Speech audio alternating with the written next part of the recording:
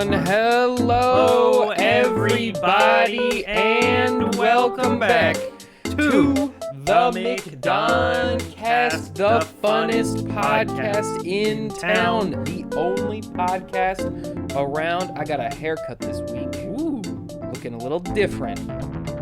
Spicing it up. I'm the same. You wear the same shirt every time. It's a different shirt. You wore that. I think that one you wore 3 times in a row now. That's not true. Last week I wore a Batman shirt. Before that I wore that Dallas Mavs shirt. Right. I check beforehand because otherwise it's kind of gross. Yeah, because it looks You like definitely wore that shirt within the last 2 weeks though. I washed it yesterday, so even if I did, it's washed, so it doesn't really matter. Yeah, I'm not washing my clothes. It's just weird when I'm always wearing the same shirt. Although Alrighty. although I am wearing the same shirt in every thumbnail we've ever done. So. Well, yeah, but that's because we have that one picture that we use for every thumbnail. Next season we'll do new pictures. Reaction photos. Yes. We can That are properly lit this time. we can do the Mr. Beast ones Oh. where we just point at the screen and go. Alrighty, well, welcome everybody. Let's give you guys a brief rundown of what we have going on this week. We thought because of the writers and actor strikes that, there wouldn't be a whole lot of news happening, and then there was a lot of news. So we were very wrong. Yeah, so anyway, let me finish what I was saying. We got Comic-Con news, trailers from all the things, mostly Comic-Con, MCU updates that are probably gonna go nowhere because the MCU's on decline. Teenage Mutant Ninja Turtles said some things that are also probably not gonna come true, and other movie delays have been announced. And of course, we're going to talk about the cinematic event of the century, Barbenheimer. We've seen both films. We saw them both on the We same did day. We did the meme. Exactly 12 hours apart, each showtime. 12 hours and 15 minutes. We were off by a little bit. We saw them both. We're going to talk about them both. One we liked, and I would say one we really liked. Yes. Which one is it? You probably already know. You can probably make an educated If you've guess. seen these two films, you know because you know which one is better. But if you liked both of them as we did, that's good. If you hated both of them, You're kind of weird. you're kind of weird. If you hated Barbie because too many women, Okay. okay, fine, whatever Go back you want. to Reddit. Go see Sound of Freedom again. All right, Sam, you want to get started?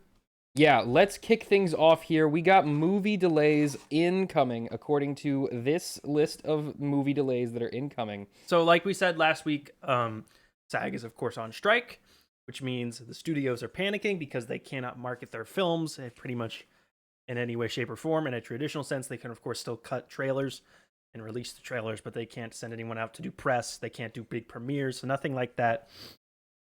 Although Disney did try to do a premiere for Haunted Mansion a couple weeks ago. No one cared. But none of the actors were there. They just they had Disney characters. They had in costume Disney mascots show up, but they weren't allowed to answer any questions. It's really from the press. cringe. And Also, they also did it in like the middle of the day. They did it at like 11 a.m. on like a Saturday. I also saw a couple ads for Barbie, but it was like the ones that were like in partnership with like St. Jude or whatever charity. So like I guess those are still allowed because they're for charity. They weren't mostly. already pre-taped. Well, yeah, but like pretty sure that either way they don't do the. Like, it's outside promotion. It's not, like, directly related to the movie. The studios, like, the 2 weeks before the strike where they had that, like, brief extension to, like, resume talks, They weren't actually talking. They were just banking marketing material. So, pretty much any marketing you see for any movie probably through, like, mid-August was shot within, like, the last month. Yeah. Because the studios were just banking a bunch of stuff before they couldn't. As they do. So, again, the studios are beginning to panic because they don't have any actors or writers. They can't promote anything. They can't shoot anything. They can't develop any projects. They're in a content drought. And so they met with NATO, just not the NATO you're thinking of, not the North Atlantic Treaty Organization. Not the cool NATO. The other NATO, the National Association of Theater Owners. And they were talking about how the strikes are going to severely damage the business and how this is going to be just like COVID. It's not going to be good. It could put AMC out of commission altogether, finally. You're telling me that the work of the actors has a direct impact on the corporate overlords? This story was in Deadline, which was definitely planted by... Deadline does always write the best journalism. It was definitely planted by the studio, who was like, the strikes are just going to kill our business. We can't go back to work. We can't do any work. That's the point of a strike. Nah. Have you considered that? Maybe if they would just pay the actors and not try to turn them all into computer avatars, this wouldn't be an issue. maybe there's a very easy solution to this problem, and I don't even what is even the point of doing that? What? Like going to the theaters and being like, you gotta convince them to stop. It's like, no, you have to stop. You are the problem. Hell, the real victim here is David Zaslav. We know this. That's true. What a poor guy. He had to use a slightly less comfortable private jet on his billionaire retreat this year. You know, the business is down. You know, his salary's up, of course, but the business is down. So there have already been some movies that have been delayed and some that are very likely going to be delayed. The first ones that you will see get pushed are the smaller films, especially if it's a small film with like a big star who it would rely on to promote that movie. That's going to get pushed. The big studio pictures, there's kind of a break in them in September. They're going to wait that out and see what happens with the strike, see if it lasts either a few more weeks or a few more months. The first movie that has been delayed already is Luca Guadagnino's Challengers, the tennis movie starring Zendaya. That was supposed to come out. No. That was supposed to come out in September. That is now going to come out in April of next year. Makes sense. Zendaya is a big star. Going to be really hard to market that movie with no Zendaya. Because let's be real here, no one cares about that movie except because it has Zendaya in it.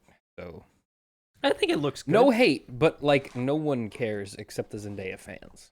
Looks good. It looks. I like the trailer. Yeah, it looks fine. Looks like it's well shot. It looks like a Euphoria episode. Okay. I'm pretty sure you're only saying that because it's like an indie no, because film like with Zendaya Euphoria also is like banking hard on Zendaya's reputation. It's very well shot. It has great cinematography, but like generally speaking, terrible writing. Well, the writing's like fine, but it's like just very average. Like it's not super perverted.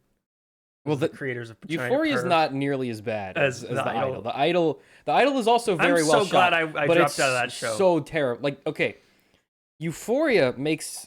The Idol makes Euphoria look like Citizen Kane. Like, Euphoria is, like, actually decent. Like, it's a show, like, I wouldn't say anyone could watch. But it's a show most mature people could watch. Whereas, like, The Idol is a show no one should ever watch for any reason. Unless you're Sam Levinson. Yeah, unless you're Sam Levinson or The Weeknd and you just wanted to make your own, you know, like, 6-hour-long porno for some reason. Ethan Cohen's Drive Away Dolls has been pulled out of all its festivals. It's probably going to move off that September 22nd date. Yorgos Lanthimos' Poor Things, starring Emma Stone. That's already been pushed back. That was supposed to come out September 8th. That's now going to come out December 8th. Other projects potentially on the move are Dumb Money, the GameStop stock movie. Just cancel that. Apparently that's an awards play by Sony there. No, actually, it's just, why did you even make that? Because it was an internet thing and popular with the kids. Remember, that movie movie got announced like a week after it hate happened. You. It was actually popular because they hate you. No, do they not understand? The studios. That is why it was popular. The studios are like the little guy. All right, they're fighting for the little guy. Right. And they understand the internet. If there's two things movie studios are good at, it's relating to the common man and understanding what's going on the internet. I like how they also, like, the movie is framed as if, like, one guy discovered this and then told everyone to do it. When, like, no, that was didn't happen. It was like a Reddit It was a meme. Reddit group. It was a Reddit group that was like, hey, let's screw over this one specific venture capital group. They did it. Like, Twitter heard about it. Twitter was like, yeah, that sounds fun. Twitter got on board. Most things on the internet happen just because a bunch of weirdos are unemployed and have nothing better to do on a Tuesday and just start doing random things they think is funny. Yeah, and then once Twitter got on board, YouTube heard about it. Once YouTube hears about it, it's basically real. And then YouTubers started making videos about it. Then, you know, that venture capital group got hella messed up. But then the government just bailed them out anyways. They ended up not going anywhere. Surprise! Alex Payne's The Holdovers is also potentially up for delays. Those two are still... Dumb Money and Holdovers are still expected to make festival runs because their directors don't have any writing credits on those movies, so they're allowed to promote them. Of course, the stars won't be able to promote those movies either. Dune Part 2 is also in limbo, although Legendary, who's the studio behind that movie, they're going to wait a little bit longer until Labor Day to make a decision because that's when their marketing blitz would like really begin. Yeah. And they want to see if they can actually make that date. Aquaman and the Lost Kingdom, Wonka, and The Color Purple, which are all scheduled to come out at Christmas time. Those could get delayed, but again, a longer wait on that. How about we just delete Wonka and Aquaman? How about weirdly enough, all three of those are Warner Brothers films, and they all come out within like 10 days of each other. How about we write them off for taxes? How about that? I think. Can we delete Aquaman and also Wonka? I don't really. The Color Purple can stay. I don't really care. Those two need to be deleted. Wonka's gonna come out because they already released a trailer for it. Same with the Color Purple. I think there's a chance that the Color Purple gets moved. Nah, delete. Aquaman, though, is supposed to come out in less than 6 months. We don't have a poster. We don't have a trailer.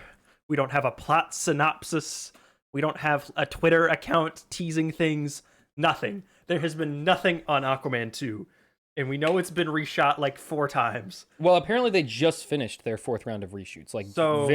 Pretty much right before the strike. Yeah, I doubt that movie's going to make that date. Although, again, we talked about this last week. It has the best chance of making its money back out of every DC movie released this year. Yeah, because the first one made but again, the first one was a fluke. Like, that was so weird and random. There's no justification you can point to and go, this is why that worked. I mean, it was China. It made so much money in China. That's the yes, but why? Why does China love Aquaman so much? Big cartoon things crashing into each other. But then why didn't Transformers make $1 billion? The old ones did. Yeah, but why didn't the new one do that? I don't think it came out in China. Why wouldn't it have?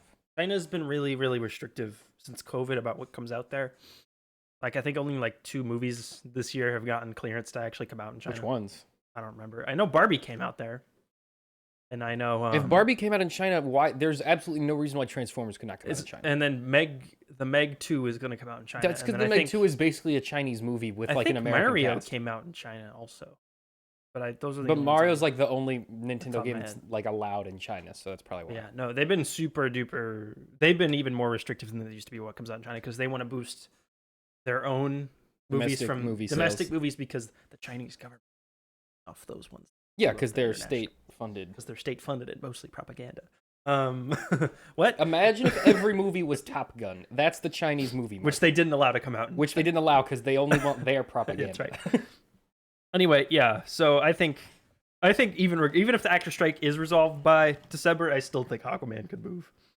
Also, what a stupid business decision to have 3 of your movies all competing with each other all at one time. Well, also, when does Blue Beetle come out? Next month, in 3 weeks. Okay, so did you see that tweet that said that long range forecasting has it making $50 million in its total domestic run? Yeah, it's gonna make $12 million opening weekend. Maybe you should have just left it on HBO Max like the original plan was. Yeah. Maybe then it would have at least had somebody watching it. Maybe delete. Maybe write off for taxes. I mean, we'll see it. Well, yeah, but we have to. Not really. We feel obligated to. We feel obligated to. If you delete it, we don't have to see it. I mean, I saw The Flash in theaters, so okay, can't be worse. But right? there was debate as to it could be good, it could be bad. It turned out being awful, but people were it could go either. Some people are saying it's really high. I don't think anyone's seen Blue Beetle yet, though. So maybe it's good. Yeah, it could be good, but it looks awful. I think it's not going to make any money regardless of whether it's good or not. Yeah, because no one cares about Blue Beetle. No one cares about DC at this point. No, yeah, okay. People hate DC movies at this point. They just assume that they're all garbage. Honestly, it's starting to affect Warner Brothers as a brand as well. Because they're just the company that keeps trying to do DC movies and failing. I don't remember who I was talking to, but I was talking to someone, and they basically said something I think I was talking about Barbie or maybe a movie that was coming up. I don't remember, but they said something along the lines of, "Bro, all Warner Brothers movies are trash. All Warner Brothers movies are garbage." And I was like, Warner Brothers, yeah, they've been cranking out nothing but L's lately. I mean, Barbie. We'll talk about Barbie, but Barbie's their only W in 3 years. No, Evil Dead Rise made money. But that was also super duper cheap. That was their most profitable. That was really niche. That was their most profitable movie they had made in 3 years when it came out, in April. The fact that Evil Dead Rise is the most profitable movie they've made in 3 years is not good. Okay, guys. Obviously, none of your tent poles are working. What you do is you slow down a lot and just start rolling out low budget horror movies, right? Coast for a few years. Because those are guaranteed moneymakers. You just generate more $30 million here, $20 million here, $50 million here. Just churn out like Yeah, a bunch 'cause of those. Megan made like, a lot of money, right? Yeah, make a bunch of money off of your cheap, low-budget horror movies because, you Okay, know, also, Warner Brothers. Why did you try to make Megan your, like, Pride Month movie? that wasn't Warner Brothers. That was Universal. I thought Megan was Warner Brothers. Either way, that's like... It was a Blumhouse thing. It's a weird movie to pick for your, like, I Pride don't know Month why. shows. I mean, maybe there was a gay character in it, but if they was... I didn't notice if there was. It was so weird. Like, what we're talking about is Cinemark. So if you go to a Cinemark right now... No, not right now. If you went to a Cinemark last month... June. They were doing a campaign where they had like different like Pride movies, like different like drag queens and stuff, like promoting Megan, like hyping it up as like inspired by like drag. Yeah. But the movie's about a robot girl that murders people. Yeah, she dances like once for 2 seconds. I get they claim that that's like inspired by drag. I have no idea. She dances for like 2 seconds. I mean, sure, maybe it was. But that's a weird one to pick when you have like, you could pick a movie that like actually has like a gay character in it. There are a lot of horror movies specifically about gay characters. Like what the Scream 6 had like a main character. Yeah, it was. Gonna pick that one. Maybe Universal just paid them. Maybe they just really liked the dancing robot scene and they were like, you know what, this is gay now. That's how Twitter works most of the time, anyway. Anyway, what were we talking about? Right, Warner Brothers. Yeah, they're dying. Their reputation's in the garbage. They're $56 billion. Okay, right now they're doing okay because Barbie is like popping off, but like, but they also lost. That's it. They also lost $200 million on the Flash movie 2 months ago. No, a month ago. Been a month. Yeah, they're really just recouping from the Flash. They've had their like biggest hit in years, and right after the biggest failure of all time. History. Like within a month of each other. So weird. It's nuts. I mean, like how did this happen? It's just amazing to me that there are like multi-millionaires whose jobs are to manage these companies, and yet they can screw it up this badly. I don't understand how it's even possible to like screw up that bad. They found a way. Like, okay, it seems like they make a bad decision, and then they spend 3 years doubling down on that bad decision. Only to reverse course. Then they reverse course with an even the worse brand is decision. already dead. Then they make an even worse decision, double down for another 3 years, and they're just in that cycle, and they just keep doing that. They just keep backpedaling. They just keep backpedaling and doubling down, and backpedaling and doubling down. It's so weird. Yeah, no. They're David Zaslav's a genius. Sam, he knows what's going on. Just like Elon. Elon knows Should we what's talk up. about that for a second? Yeah. What's going on with Twitter? What is going on with Twitter? Is it X now? It's X now. Zeet? X.com. You know how X is pronounced in Chinese? Shh. Like shish. Like shish. Well, they're not allowed to have Twitter in China. Yeah, but if you have it in China, you know and how you look Twitter, at the way that Zeet is spelled and you pronounce it in Chinese, no, it doesn't sound good anymore.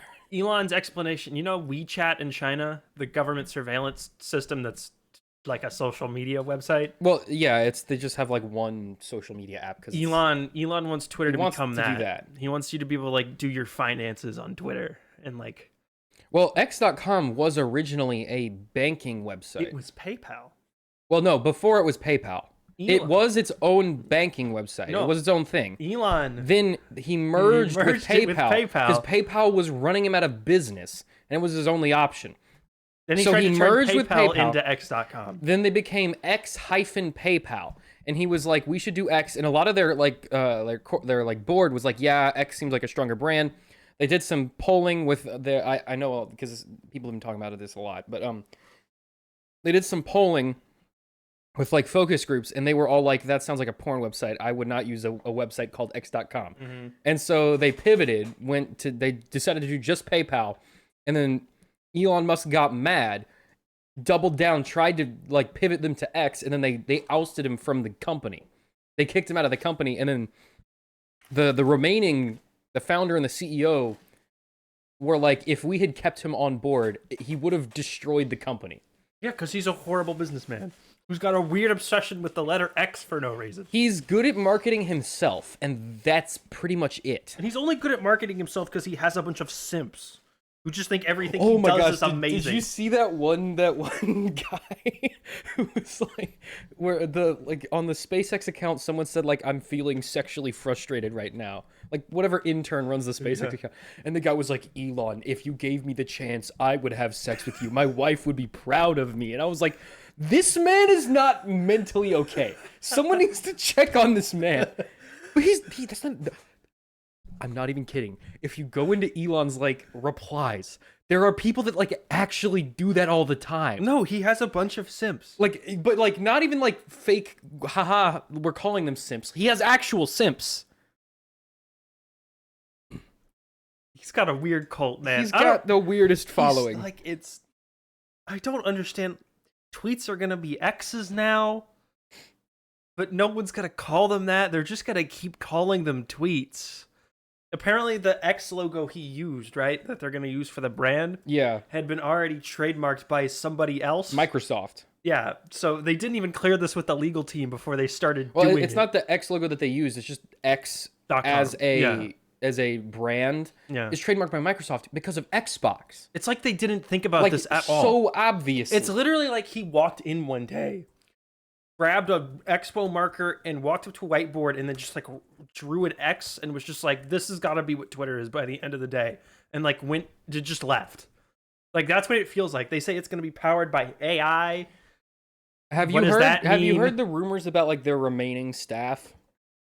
That like the majority of them are like immigrants whose immigration status like depend on them having a job. No, because he hired a bunch of like Indian programmers. Yeah, so like the only people that are still working at Twitter, like I think it's like the rumor is like 80% of them or something like that, but I don't know if that's been confirmed. Like supposedly 80% of the remaining staff at Twitter are only there because if they quit, their immigration status would be terminated.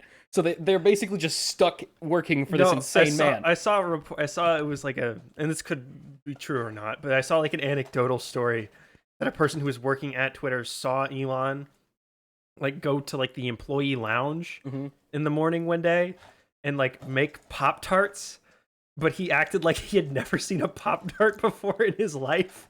And like so he spent like an entire like morning just like trying to figure out how to properly use a toaster and eat Pop-Tarts at the same time. Why? Because he's an idiot. He's so dumb. But even the people who are like staunch defenders of Elon, who if he murdered a man right in front of him, would like try to compromise why he did it and why it's justified. Like even those people, I cannot find a single person who can explain to me why this is a good idea, other than the explanation that he is rich and therefore he is right. No, I've seen a bunch of his simps like supporting this. Like I saw one that was like, no, they're X supporting it. Is the hidden variable, but they can't explain what it is, or why. They just keep saying, like, they just say how cool X is and, like, this is actually the best idea a human's ever had. All they can ever say is that he is rich, so he is smart and correct. That's the only explanation they ever give. Because there's not a single other feasible financial reason why he would throw away, like, 17 years of brand recognition and, like, pop culture resonance to rebrand into nothing. Twitter is one of the strongest names in terms of, well, used to be, in terms of like reputation and awareness for a social media platform. Like everyone around the world knows what Twitter is and knows how important it is as a like platform. Like politics happen on Twitter. Like genuine actual policy is influenced by Twitter all the time. Days and days and weeks and months of collective news coverage over Twitter posts. And this guy's like, what if it's X now? It'd be like if tomorrow YouTube announced they were gonna rename themselves Elephant Turd. We're gonna be Y. We're gonna be Elephant Turd. We're gonna be called Y. Our mascot's gonna be an elephant for no reason. Why is he doing? It doesn't make any sense.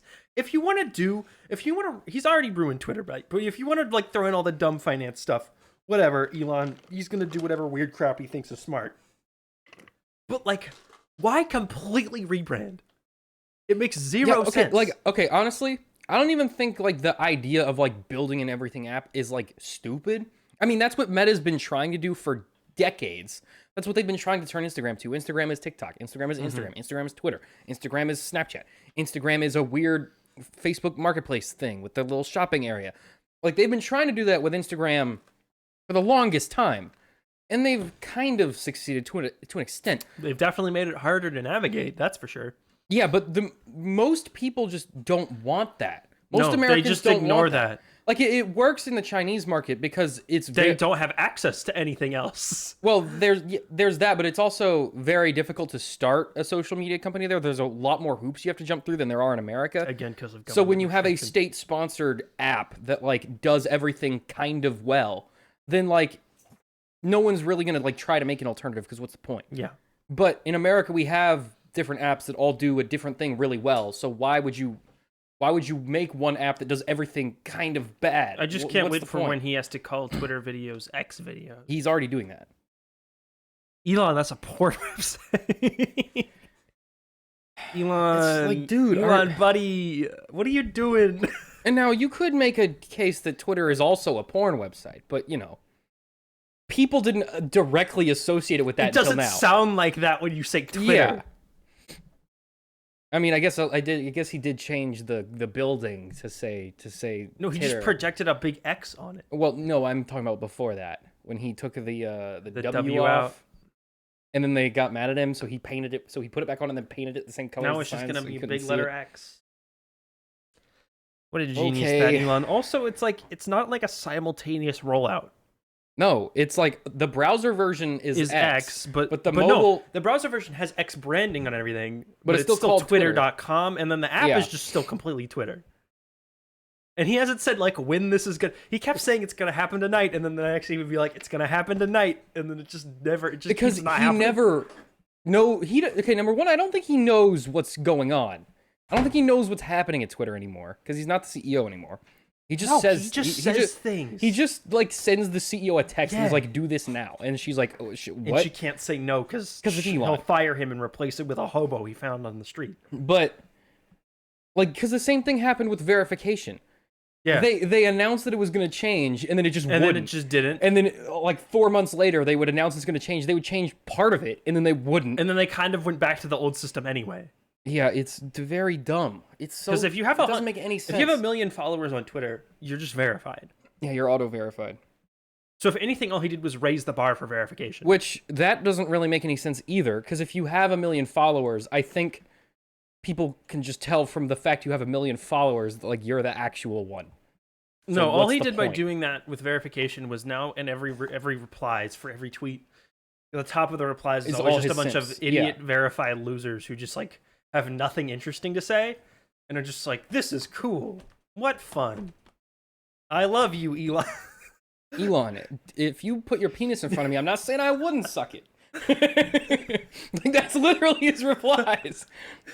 It's just like, yeah, I haven't even his like really public people who are like big fans of him. Like your Ben Shapiro's, who was in the news this week for Barbie reasons. Because he made a 40-minute long review of Barbie. Even like those people haven't made efforts to like defend it. No, because they don't think it's a smart idea. There's no...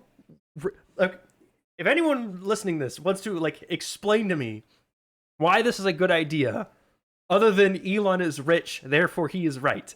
If any of you can put together any sort of argument for why this is smart, then guess what? You're the only one. It actually just does not make any sense at all. No, other than Elon likes the letter X and thinks it's cool and like hip, and the new technology is having everything be named after a letter. Remember when he tried to name his kid a math equation? Yeah, it was like X-Ash again X 12 A12 something. It was like half. This airplane. Man is going to change his name to just X. I would not be surprised. The guy who had the Twitter handle for just the letter X, he stole it from him, and he had it for like 16 years. Elon just took it. That's mine now. Yeah, mine. And he didn't offer him like compensation or anything. He was just like, "You want to buy some merch for X?" He offered to allow him to buy merch. That's cool. Intellectual property doesn't exist if you're just Elon Musk. That's right. You just take it. You just have it. That's free speech. That's mine now. That's free speech. I saw a guy. We are going to be changing the name of the McDonCast to just the letter M, by the Yep. way. That's moving forward. We're just going to be M. Yep. It's going to be exactly the McDonald's logo too. We're just going to steal it. Yeah. We're not going to tell them. We're not going to pay them for it. No, we're going to offer them the chance to buy some merch. Yeah, we'll give them some. We'll say you can buy some M merch if you want. 20% off? Nah, 20% increase. I saw a guy in his replies be like, Elon should get a Nobel Prize for the amazing effort he's done to preserve free speech. And I'm like, he literally has done nothing. What is more free speech? Well, he fired the moderation team. That's true. But like, who was banned on, like, is anyone like banned on Twitter before that's now back now? Donald Trump. But he doesn't tweet. He doesn't even use it. But he's not banned. He essentially spent $50 billion to unban a man who isn't using his app. Honestly, that's even funnier because like Donald Trump spent who knows how much money building a Twitter competitor only to be unbanned like 3 months later. Because Trump was the only guy who was like really banned from Twitter and was like a high profile where it was like a really newsworthy thing. Yeah. And he didn't even come back. He spent $50 billion for no reason. Again, he's super smart, though, because he is rich. I think Elon might be the most prominent example of failing upwards in human history. I don't think anyone has failed upwards as hard as Elon Musk. Damn, it's just because he's so darn smart. He's so dang smart. He has the ability to buy companies using his emerald blood mine fortune and run them into the ground. Hey, he makes flamethrowers. Why did he's owned Tesla for like a decade now, right? Why has he not renamed that company X? How come they've only made 4 cars in like a decade? That Cybertruck is still happening, maybe. Still maybe being made. Have you seen like the Honestly, I think the reason is that because none of these companies have actual like leadership. No, it's because it's all him, and he just like he's like a kid in a candy store. Like, he just runs from whatever like whatever bright light is in front of him. SpaceX is like mildly successful. Like they're the only company of his that I can say like they actually they're only succeed. Mildly successful because they have government contracts. Well, there's that, but they also don't make any money. No, they're not because they just shoot stuff into space. There's no profit in going to space. So he keeps saying eventually he wants to build colonies on Mars or whatever. Well, he wants to build colonies on Mars and he wants to do space tourism. But he's never going to. There's no way that those two things will ever be profitable. So it doesn't matter anyway. You know why? Because he doesn't know how to do that. He doesn't know who knows how to do that. He just wants to do it. He just says it, and a bunch of people believe that he'll do it because he is rich. Because he's Elon, and when he says things, they become real. Except for they never do. Sam, he's a genius. Sam, he's a genius. Self-driving by 2016. It's coming, guys. It's coming soon. It's coming soon, I promise. Cybertruck coming in 2022. Cybertruck was supposed to come in 2019. Elon got a little distracted. He saw a butterfly. He's been... have you seen what it looks like now, too? It looks totally different. The Cybertruck? Yeah. I mean, it can't look worse. It does. It looks like just sad. It doesn't look like... At least before it looked like kind of futuristic. Now it just looks like a Roblox car. All right, we gotta move on, Sam. What were we talking about? Let's move on to Teenage Mutant Ninja Turtles. Okay, so we're about a week and a half out from the new animated film, Mutant Mayhem. It looks kind of fun. I think I'm looking forward to that. Oh my God, did you see what the actor for Leonardo was like doing on Instagram? The kid? Yeah. What was he doing? So this was like right before the writer, like the night of the actors strike. He was like, yo, the actors are deciding to go on strike in like X amount of time. If they do, I'm going to be posting 100% certified canon Leonardo facts. He just started posting the most insane things. You like Leonardo wants to like kill police officers and just like insane stuff. Oh, that's good. That's funny. So, Paramount believes in this movie so much that they've already greenlit a sequel, as well as an animated series on Paramount Plus. It's going to be called Tales of the Teenage Mutant Ninja Turtles. They already gave it a 2-season order. It's going to bridge the gap in between the films. Jeff Rowe is going to return to direct the film sequel, and the animated series is going to be showrun by the 2012 series showrunners Chris Yost and Alan Wan. The voices of the turtles in the film will return to voice them in the series, and the series is going to be 2D animated opposed to the 3D animation of the films. Interesting. I've heard really good things about the 2012 show. I keep meaning to watch it, and I just never get around to it. I've also heard really good things about Rise of the Teenage Mutant Ninja Turtles. Yeah, I heard a lot of really good things about the most recent 2D animated 2D one. Yeah, I always hear good stuff. I haven't heard a lot about the 2012 one. We watched, I think, the first season of it when we were kids. We didn't I don't remember it. We're not really Teenage Mutant Ninja Turtles people. No, so we didn't really care. It was a Nickelodeon show, and we were Cartoon Network kids. We were just like, yeah, that's on, so like we'll watch it. I'm not anti. It was fine. Turtles. I don't remember it being bad. I just remember it being kind of like. I've seen some Turtles stuff, but I've We've heard seen really the good first two movies, the '80s ones. Yeah, I've heard really good stuff about the shows though. I'll definitely check them out at some point. And this new movie looks good. All right, Sam. Let's move on to another cinematic universe expansion. What's expanding now? MCU, but Sam, I know you probably thought this was the Marvel Cinematic Universe. Oh, is it the? This is the Mattel Cinematic Universe. They announced more stuff. Okay. What else could they announce? They announced like 50 projects. Barbie was a big hit, right? It was a tremendous hit. Did way too well, and of course, in the Hollywood tradition we all love, they're learning all of the wrong lessons from it. So, they have started active development on 14 projects. The ones that they are targeting to come out first are Barney, Polly Pocket, Thomas and Friends, American Girl, Masters of the Universe, and Hot Wheels. They also said that the door is wide open for Barbie sequels, even though Greta Gerwig says she doesn't want to do them. Ryan Gosling said he's already on board. There's also been talk of a Ken spin-off movie, which Okay. Yinon Kreis, the CEO of Mattel, has said, and quote, "Barbie as a brand has many different iterations. The product lines of Barbie is a very broad brand. In addition to the main Barbie figure, she has family. She has a lot of elements around in her universe. It's a very rich universe. It's a very broad and very elastic brand in terms of opportunities."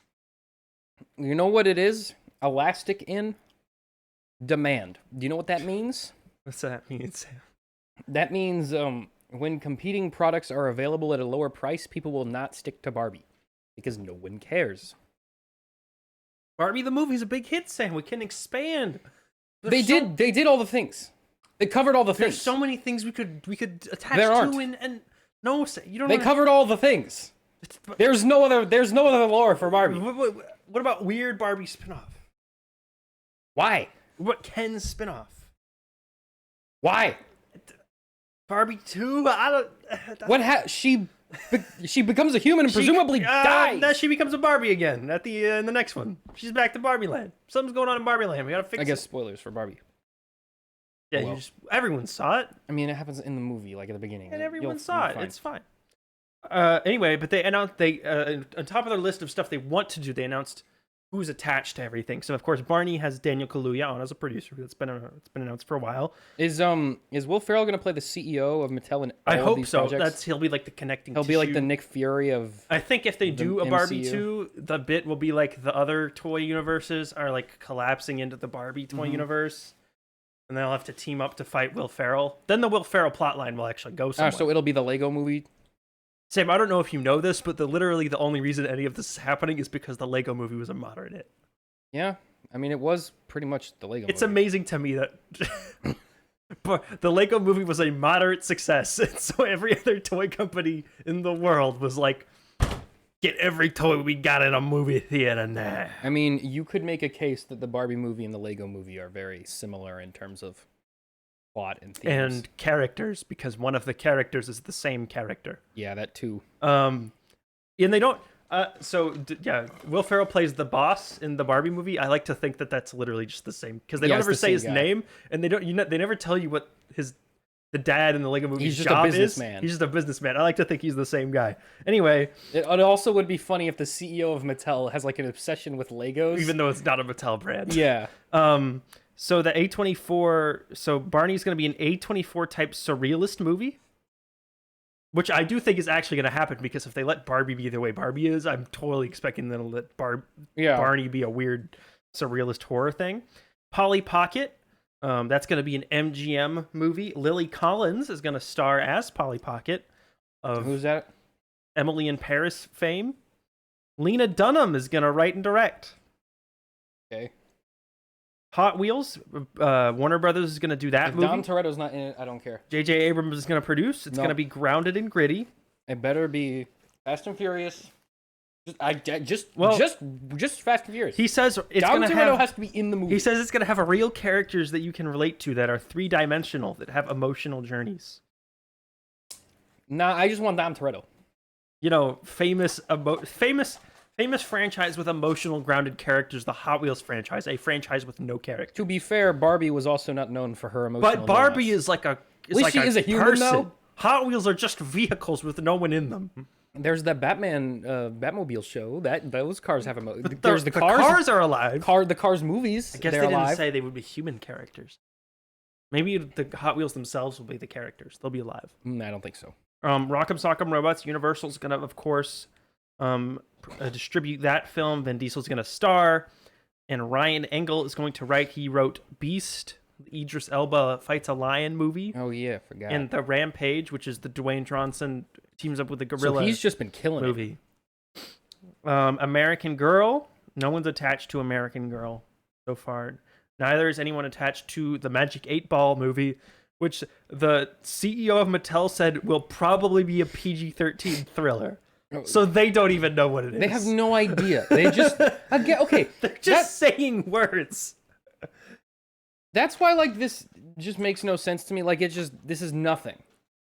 They're just saying stuff. It's just a list of products. It's just a list of things that they say. Like nothing's actually happening. Masters of the Universe it's probably going to happen at some point. We talked last week how Netflix killed it, even though they had spent $30 million developing it. Major Matt Mason is going to, of course, star Tom Hanks. Akiva Goldsman and Michael Chabon are going to write. Uno is going to be written by first-time screenwriter Marcy Kelly.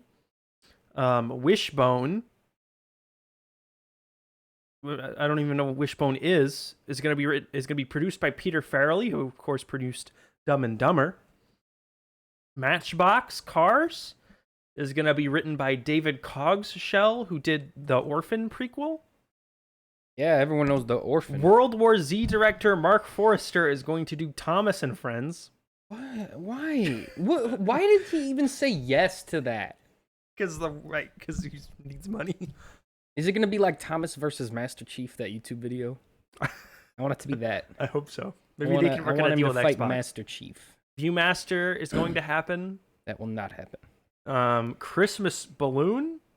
That's not even going to like be written by A Million Little Things writer Gabby Lugo. That's not even a brand. That's just like two random words that you went to a word generator and not you got based Christmas on Balloon. Not based on a toy, but based on a true story of when Mattel donated toys to help make a young girl's dream come true after she tied her Christmas list to a balloon that was found by a grieving couple who worked with the toy company to fulfill the girl's wishes. That's all one sentence. Mattel looks to produce a family drama following the story. Go for it. That's all. That's what they're doing. Aren't you excited for more Mattel? I can't wait for all the Barbie spinoffs and the Barney movie and the Viewmaster film. What a brilliant strategy. I feel the same way about the Barbie sequel as I do about like a Joker sequel. Where why?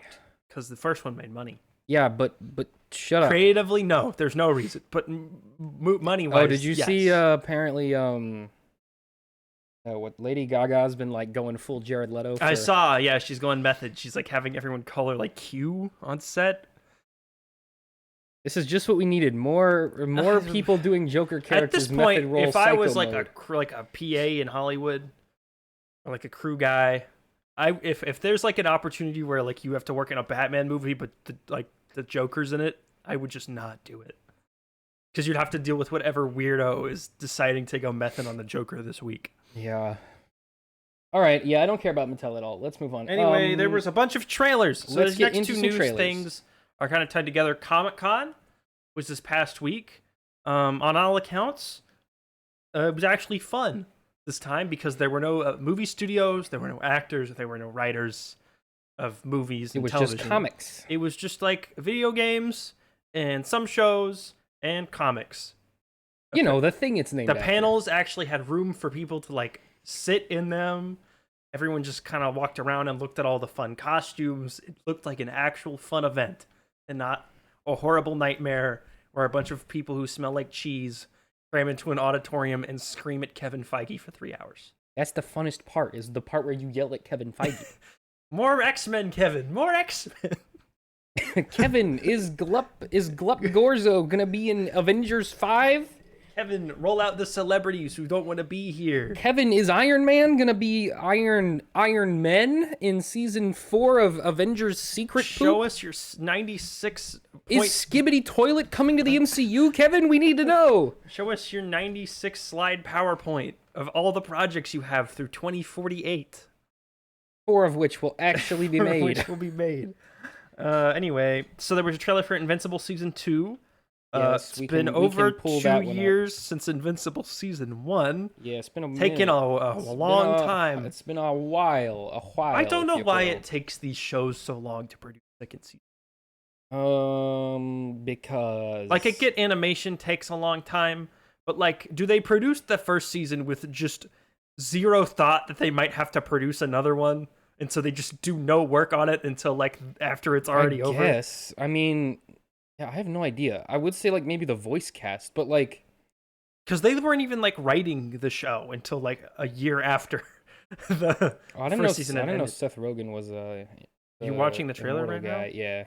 He's an executive producer of Invincible. He's been doing a lot of stuff. He's also executive produces The Boys. Yeah. Although he's not involved. Not anymore, at least. He has a cameo in it, I think. A couple times, actually. Anyway, so the first 4 episodes of Season 2 are going to come out November 3rd. Oh, did you see their... oh, no. It's going to start November 3rd. It's going to air weekly, and then there will be a mid-season break. And it'll pick up with the next 4 episodes at some point next year. I hate that, and don't do that. Even though it's been 2.5 years, they've still only finished half the season. Why are they Rick and Mortying themselves? I don't. Season 3 apparently is going to come out much closer to Season 2. They've already. You mean like exactly how Rick and Morty? They've already done the voice recordings for that one. Did you see? They also said all the voice cast that's joining the show. Yeah. Did you see the theories about that? Oh, the idiots who think Spider-Man's going to be in it. Yeah. And because they're doing multiverse in this season, and also I highly doubt it. On his phone in the cafe scene in that clip that they released like 5 months ago, he's got the Spider-Man comic cover on his phone. Yeah, but he might be. Josh, guys know Josh Keaton is a professional voice actor. He does. Yeah, he does lots of things other than Spider-Man. Well, there's a lot of cool people joining the voice cast: Chloe Bennett, Rob Delaney, Peter Cullen, of course, Optimus Prime himself, Tim Robinson, Eric Bauza, Sterling K. Brown, Tatiana Maslany, Daveed Diggs, Ben Schwartz. It's a fun cast. All the voice. That's probably why it took so long. My guess is it just took forever to get like the show recorded. And then they shadow dropped an Adam Eve special on Prime. You can watch it right now. Which is pretty good. It's pretty good. It's a classic Invincible where it starts out like a pretty normal superhero cartoon and then just gets a little weird, horribly dark as it continues. It's a little weird. It's a little nasty. Yeah, the action scene on that bridge though, that was really hype. Cool, super well animated, super hype. And they did actually create like creative stuff with the energy construct thing, and like most Green Lantern stuff where it's just like, I made gun. Yeah, she is basically Green Lantern in this, but she's like a slightly more powerful version of Green Lantern. Yes. In the comics, she's immortal. Well, she's probably immortal in the show too. Technically, they just haven't gotten to that yet. We know she can. They explain in the backstory that like she can't bend like living matter, but then actually she can. So that was a lie. Well, she was a kid. She couldn't do it. Well, but she can. And she got really upset, and it exploded. And then it undid. She's like Jean Grey. She's got the mental block in her head. Well, that's the mental block for Jean Grey comes from Patrick Stewart. Like how the mental block in this one came from that one professor guy, much like the professor in X-Men. Professor guys, they be causing all sorts of problems. Although this one is her dad, maybe? It's vague. It was unclear. Or it was clear. I don't know. I watched it at like 2 a.m. Oh wait, no. He said he didn't know her dad, but that could have been a lie. I don't know. No, yeah, because remember she was already pregnant. Yeah. And he watched the episode. It's good. Watch that show. It's cool. Invincible's great. Invincible's good. It's like The Boys, but with a story. I think it's a little bit a story that's like it's engaging. A lighter tone than The Boys. It's not as dark as The Boys, and also like it's a little bit more. It's a little more clear what the direction is in Invincible. The Boys is making fun of superheroes most of the time. Invincible is less making fun of them and just like doing interesting things with them. Yeah, it's kind of just its own little superhero world. Yeah, it's fun. you haven't seen it, check it out. You've had ample time to watch the first season because they've taken years to do the second. I think that the way they handle evil Superman is way better and way more interesting than in most the boys. other than the boys. In the boys, he's just like, I'm evil and I do evil the crazy Homelander things. character is carried a lot in the boys by Anthony Starr's performance. Yeah.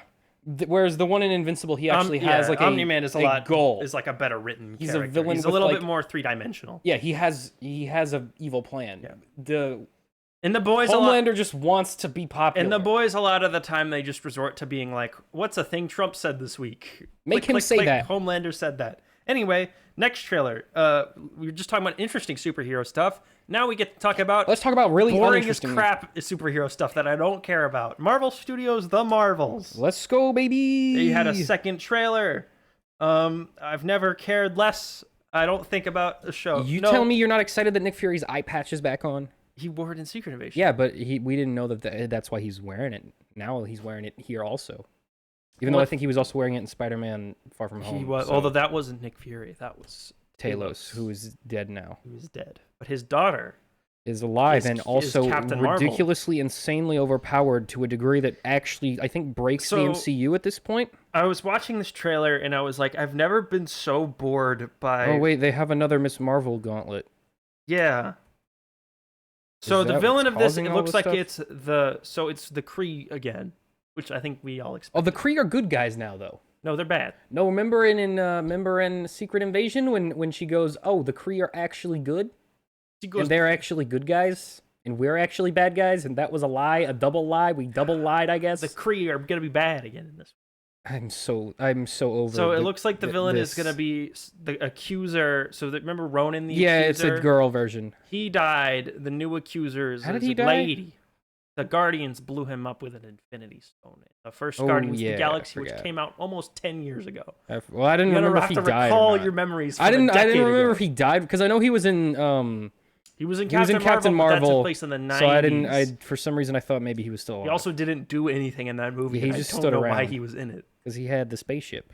But So do all the Accusers just have a magic hammer? I think that's just like what they have do. A really big hammer. Yeah, that's just kind of their thing. But this one has a Miss Marvel bracelet and a big hammer, and she clashes just them like together. How the other one had an Infinity Stone and a big hammer. Yeah, and this one breaks all the Marvel's powers, so now they do a big switch every time. So maybe pick any other heroes than these three to fight them, since everyone else's powers work fine. This is personal. They took everything from me. Did they, or did she just kind of find a space glove that you didn't know existed? I don't know. Who cares? Also, weren't the space gloves from another dimension? Yes. How did it get in space? I don't know. Is she from another dimension? No, but her mom was. No, not Miss Marvel. Grandma the was. alien. The alien lady. The Kree lady could be from another dimension. The Kree lady's from 9999. We don't know that. Yeah, she could be from another dimension. No, she's not. Anyway, none of this matters. I've never been so disinterested in a thing about a bunch of people who wear colorful costumes and shoot lasers from their hands. Maybe it'll be fun. I don't know. It might be fun. It looks fun. I don't like the costumes they gave to all of them. I think their costumes Monica are fine. Rambeau's looks fine, but Miss Marvel's is like really muted. Miss Marvel's is looks like her comic suit. Well, okay. No, not Miss Marvel. Looks like her old comic suit. Captain Marvel. Her new comic suit isn't different now. So Captain Marvel's looks. Can they see it? Can they see the trailer? Yeah, they already showed it. This part where they're all standing right. This one's super colorful. This one's super colorful, and then hers is like really dull. That and might dark. just be the way the scene is lit too. Because these two are also in the light, and she's kind of in the shadow. But like even in this shot later on in the trailer, like the star's really big, but like the whole that's two different shades, and they look just like black. Maybe it'll look better on the theater screen. I don't know. It might just be the way it's colored. And then again, this is a trailer. They may have changed it. I also don't like that they got rid of Miss Marvel's mask. Well, she's just running around with her face out. So what does it matter? She's in outer space. With the costume. I like the masks. But why do they know that they never have masks anymore? Okay, my guess is so at the beginning of the movie, she's in her room, right? Yeah. And she doesn't have her mask on because she's just taking her. Because she was taking her costume off. So she's warping. And then so she warps into space without her mask on. So I think she just didn't have it with her. Then she has a new suit later on. New suit should have a mask. Well, but her new suit was made by Nick Fury. And I know who you never don't mind the makes new suit. masks. I don't like her new. I think it's too over designed. I think it looks so. It looks exactly like her comic book suit. Not really. Yeah, it's just shiny. I'm trying to find this. Just a shiny version of her comic book suit. Anyway, oh, there's a bunch of gooses. There's a bunch of the cats with tentacles in them. Yeah, because we got to it's do just- I that don't- again. I mean, You I'll think watch Gaia's it. gonna be in I don't it? care. You think Gaia's gonna be in it? If she's not, then what is the? You think what are they Gaia's doing? ever gonna show up in By anything the way, we're again? talking about the Secret Invasion finale, which aired today, and that almost Okay. put me to sleep. Spoilers for Secret Invasion, but who cares? It's awful. Yeah, don't watch it. At the end of the show, Amelia Clark's character. Nick Fury. Amelia Clark goes to the main bad guy, disguised as Nick Fury, and she goes, "Hey, here's the magic juice that gives you infinite superpowers. I'm giving this to you because, I'm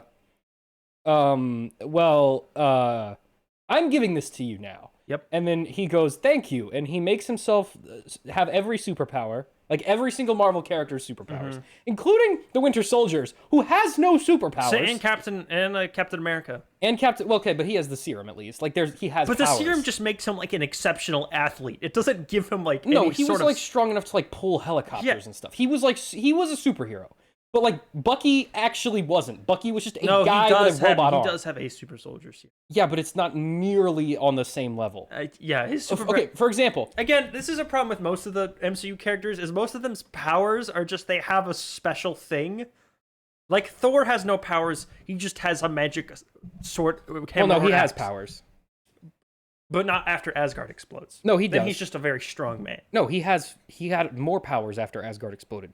Because remember, he learned that he actually didn't need the hammer, and he just Yeah, his but superpower came again, out. once Asgard explodes, he loses those powers. he doesn't. That's why he never uses them again. He uses them all the time. No, he's using the axe. He's using his powers to control the axe. I don't know. It's not explained very well. It's very easy to understand. He just has powers. Iron Man just has a suit. Captain America is just a really good like football player with a frisbee. No, okay. Winter Soldier. Hang on. Winter Soldier is just a dude with a robot arm. Hang on. Let's base this off Spider-Man, okay? Spider-Man was able to take out Bucky and Falcon with basically zero difficulty another by guy. himself Falcon has no right away, powers. right? He was able to immediately like take them down. Uh-huh. Captain America like decked the crap out of him and like took him down in one hit. Like Captain America's like that wasn't- way stronger than a regular guy. He's on Spider-Man's level, at least in the MCU. Ant-Man has no powers. No, he can shrink. Not without the suit. No, yeah, but he like that gives him an actual power. I know, but I'm saying like they're absorbing all these people's powers, but most of them, if they don't have well, he whatever didn't, he item, didn't get Hank Pym's powers. I'm talking about Scott Lang. Like Yes, I know, but his big Scott Lang's list of DNA names, was not was on it the not list. on the list? No. Okay, well whatever.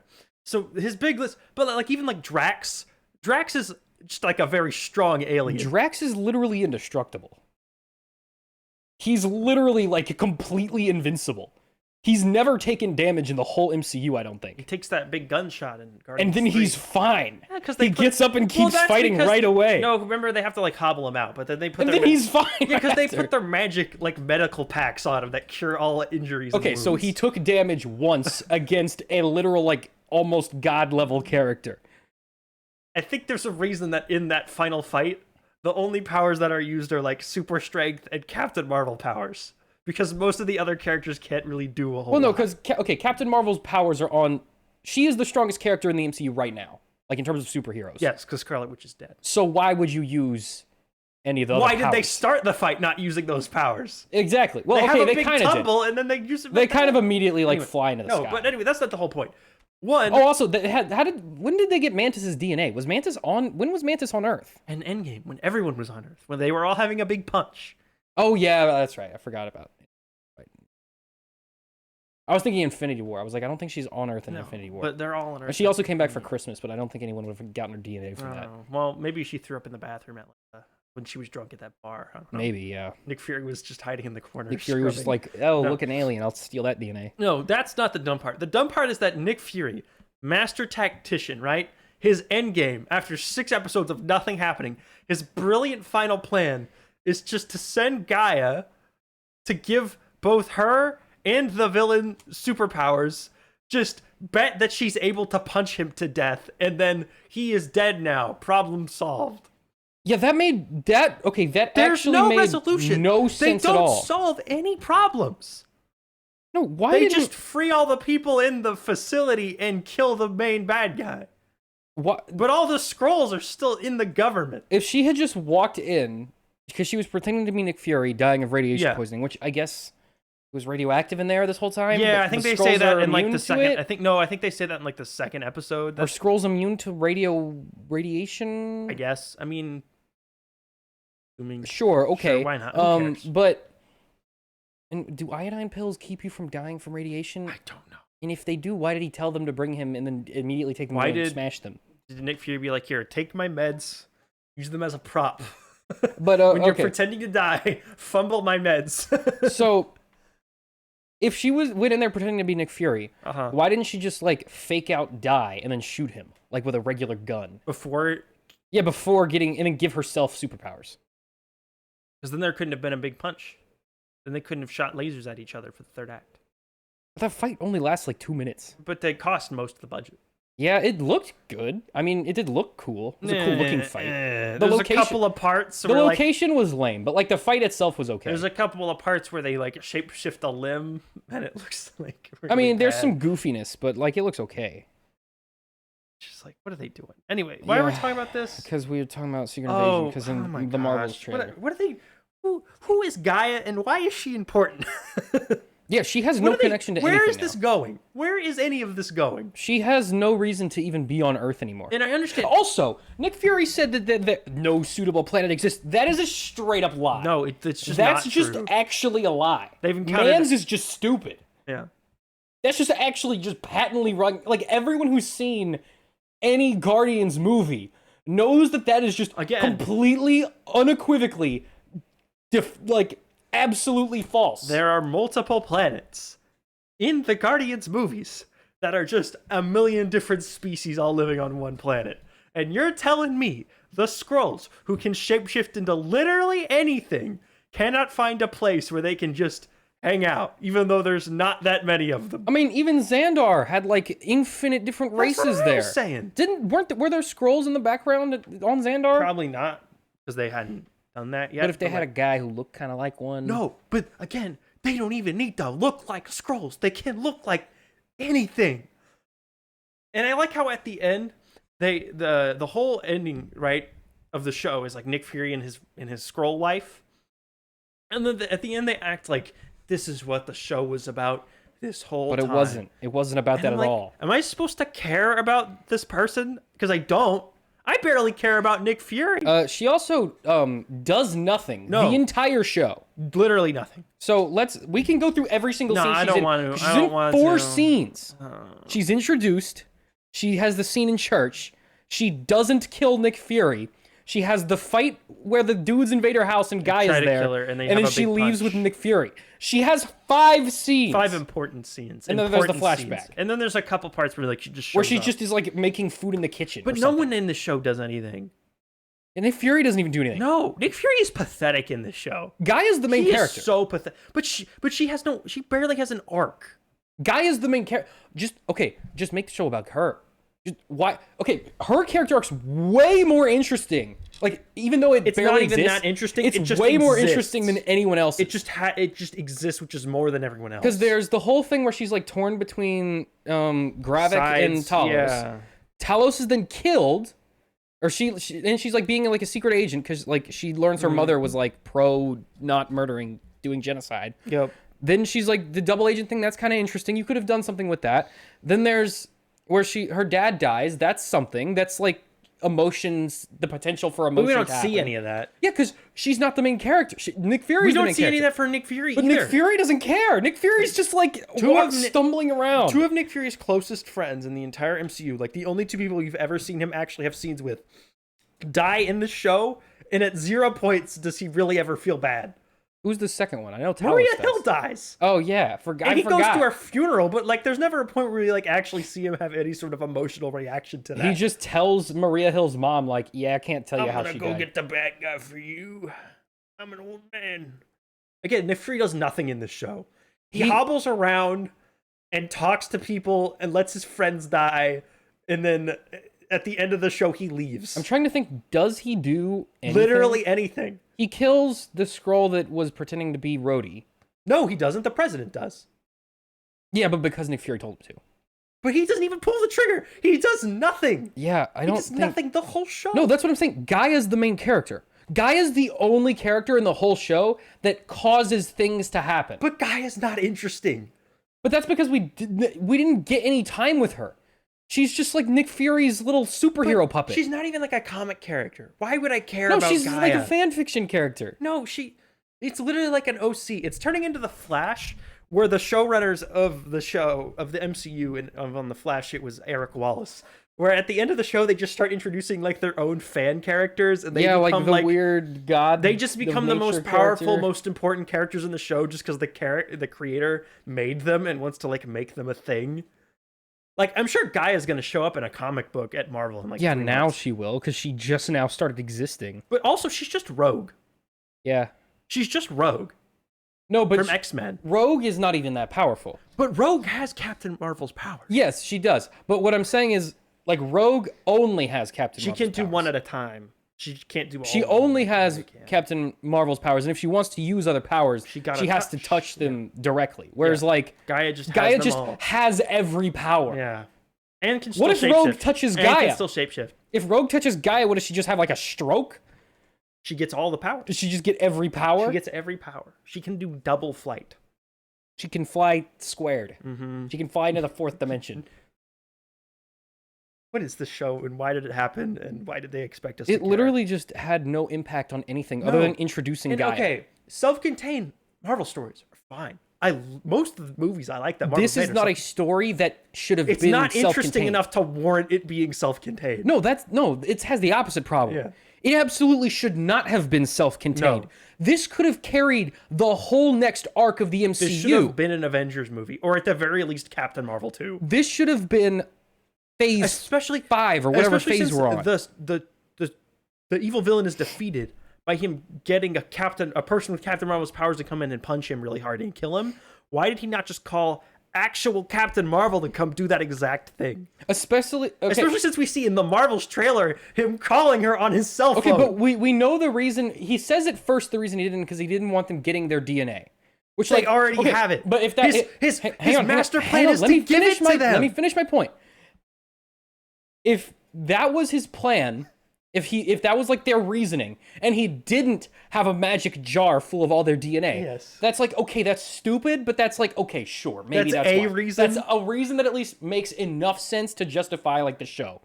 But the fact that actually He has a jar. he has a magic jar with all their DNA that he just gives to them. Why not just call, like, Thor could have killed them all by himself. Captain Marvel could have fixed this whole problem by herself. Yeah. Spider-Man could have probably fixed this by Honestly, himself. What risk is a bunch of, like, before they had superpowers, what risks are the Skrulls to Captain Marvel? Because before they gave themselves superpowers, they're just dudes who shapeshift. They're just slightly stronger than regular dudes. Yeah, they're just gonna shoot at her, which already does nothing. Which does nothing. So she could just come in, evaporate Gravik into dust, and then Burn their compound into the ground. free everyone really fast because she's super fast, and then just get out of there, go back to space. Also, Shield take her like 20 Shield minutes. had access to nuclear bombs that they could use with impunity. Why didn't Well, Shield Fury is do gone. that? Yeah, but he still has like all the He's still got Saber though. He's in space. Yeah. Why did he not take any sort of like In space Avengers, technology? they decide to nuke New York with impunity with like no permission from like the US government. So like couldn't he have just done that? And then it wouldn't have started like a world war cuz like it would have been some random place in the middle of nowhere. Why did Nick Fury not bring any sort of like space weapons or technology with him when he came back to Earth? Why did he just bring like a regular pistol? Well, does Saber even have space weapons? Why does Saber Originally exist? it did because they stole Kang's flagship and they were using it as their base of operations for Saber or for Sword when it wasn't Even though Saber. Sword and Saber are now two separate organizations. Apparently. But like they at least had, that was why Sword had space technology, is because they had like reverse engineered Kang's stuff, so they at least had like an excuse for it to exist. He just like is on the USS space station and like that's just, he's just been chilling. Again, up he there. does nothing. Okay, literally all that's happened in the show is Nick Fury has come back to Earth, gotten Maria Hill and Talos murdered, gave Gaia all of the superpowers, and then screwed off back killed into space. Gravik, and then went back to space. But now he took his wife with him though. Yeah, now his wife I is guess because alone. all of his other friends... Why did he even leave his wife behind to begin with? Because all of his other friends are dead and he has no one else to take him with. Why did he leave his wife on Earth to begin with? That makes no sense. How did he not know his wife was a Skrull for like all this? No, he did. Did he? Yeah, he fell in love with her like when she was a Skrull. Like he knew she was a Skrull. There's the scene in the cafe where she's like, "Oh, the person whose face this is, said I could keep it. Also, you want to go on a date?" Like that happened. What fun. Good show. Can't wait for his wife to be in the next one and have like 3 lines of dialogue. Yeah, I don't care at all. She's gonna be in the Marvels because like that's literally the only thing. Is she the Skrull that's in WandaVision? No, that was just a random one. Why though? Why just make it one of the ones that are characters? It doesn't matter. I could have just. I honestly forgot there was a Skrull in WandaVision. Yeah, remember that? Now. Remember when there's a Skrull in WandaVision? Yeah, she comes and gets She goes, hey, Maria Rambeau, Rambeau. Space. Gets her to go to space. Space is up there. Nick Fury wants you to go to space. So that he can come back from space. Remember how Gaia and Monica Rambeau are like childhood friends? Yep. And that's like just never ever comes up. Maybe it'll be in the Marvels. Maybe was it Gaia who told her to go to space? Maybe is that the connection there? No, Gaia wasn't working. Well, she might have. They hadn't cast Amelia Clark at that point. Well, yeah, but Skrulls don't really look like anyone. Oh, did you see that? People are saying that Rhodey's been a Skrull since Civil War. Nah. He just hasn't, though. I'm just unilaterally deciding that just makes no sense. You know why? Because it gets rid of all of the interesting character stuff they would do with him in Endgame. Yeah, like making him a character. Like, remember that scene in Endgame where isn't he paralyzed? Yeah, I noticed that. I was just like, oh, they just dropped So is that. he just... No, he's paralyzed in this show. No, okay. Apparently when he was replaced by a Skrull, they ditched the paralysis thing and just no one noticed. No, okay, so let's assume in Civil War he's replaced with a Skrull, right? Mm-hmm. In Civil War he's paralyzed. Yep. So is the Skrull paralyzed? No, I guess the Skrull was faking paralysis until he got tired of it by Falcon and the Winter Soldier and just So was he paralyzed before he became a Skrull? Because he gets paralyzed at the end of the movie. He gets paralyzed. So yes. And then he's not a Skrull at the start of Civil War. By the end of Civil War, he is a Skrull. So the Skrull gets paralyzed because he gets paralyzed at the end. When he falls to the ground in that big suit, right? That paralyzes him. That's normal Rhodey. Then when they put him under the X-ray machine to scan him for paralysis, at some point in the doctor's office, he got swapped out. No, he never recovered.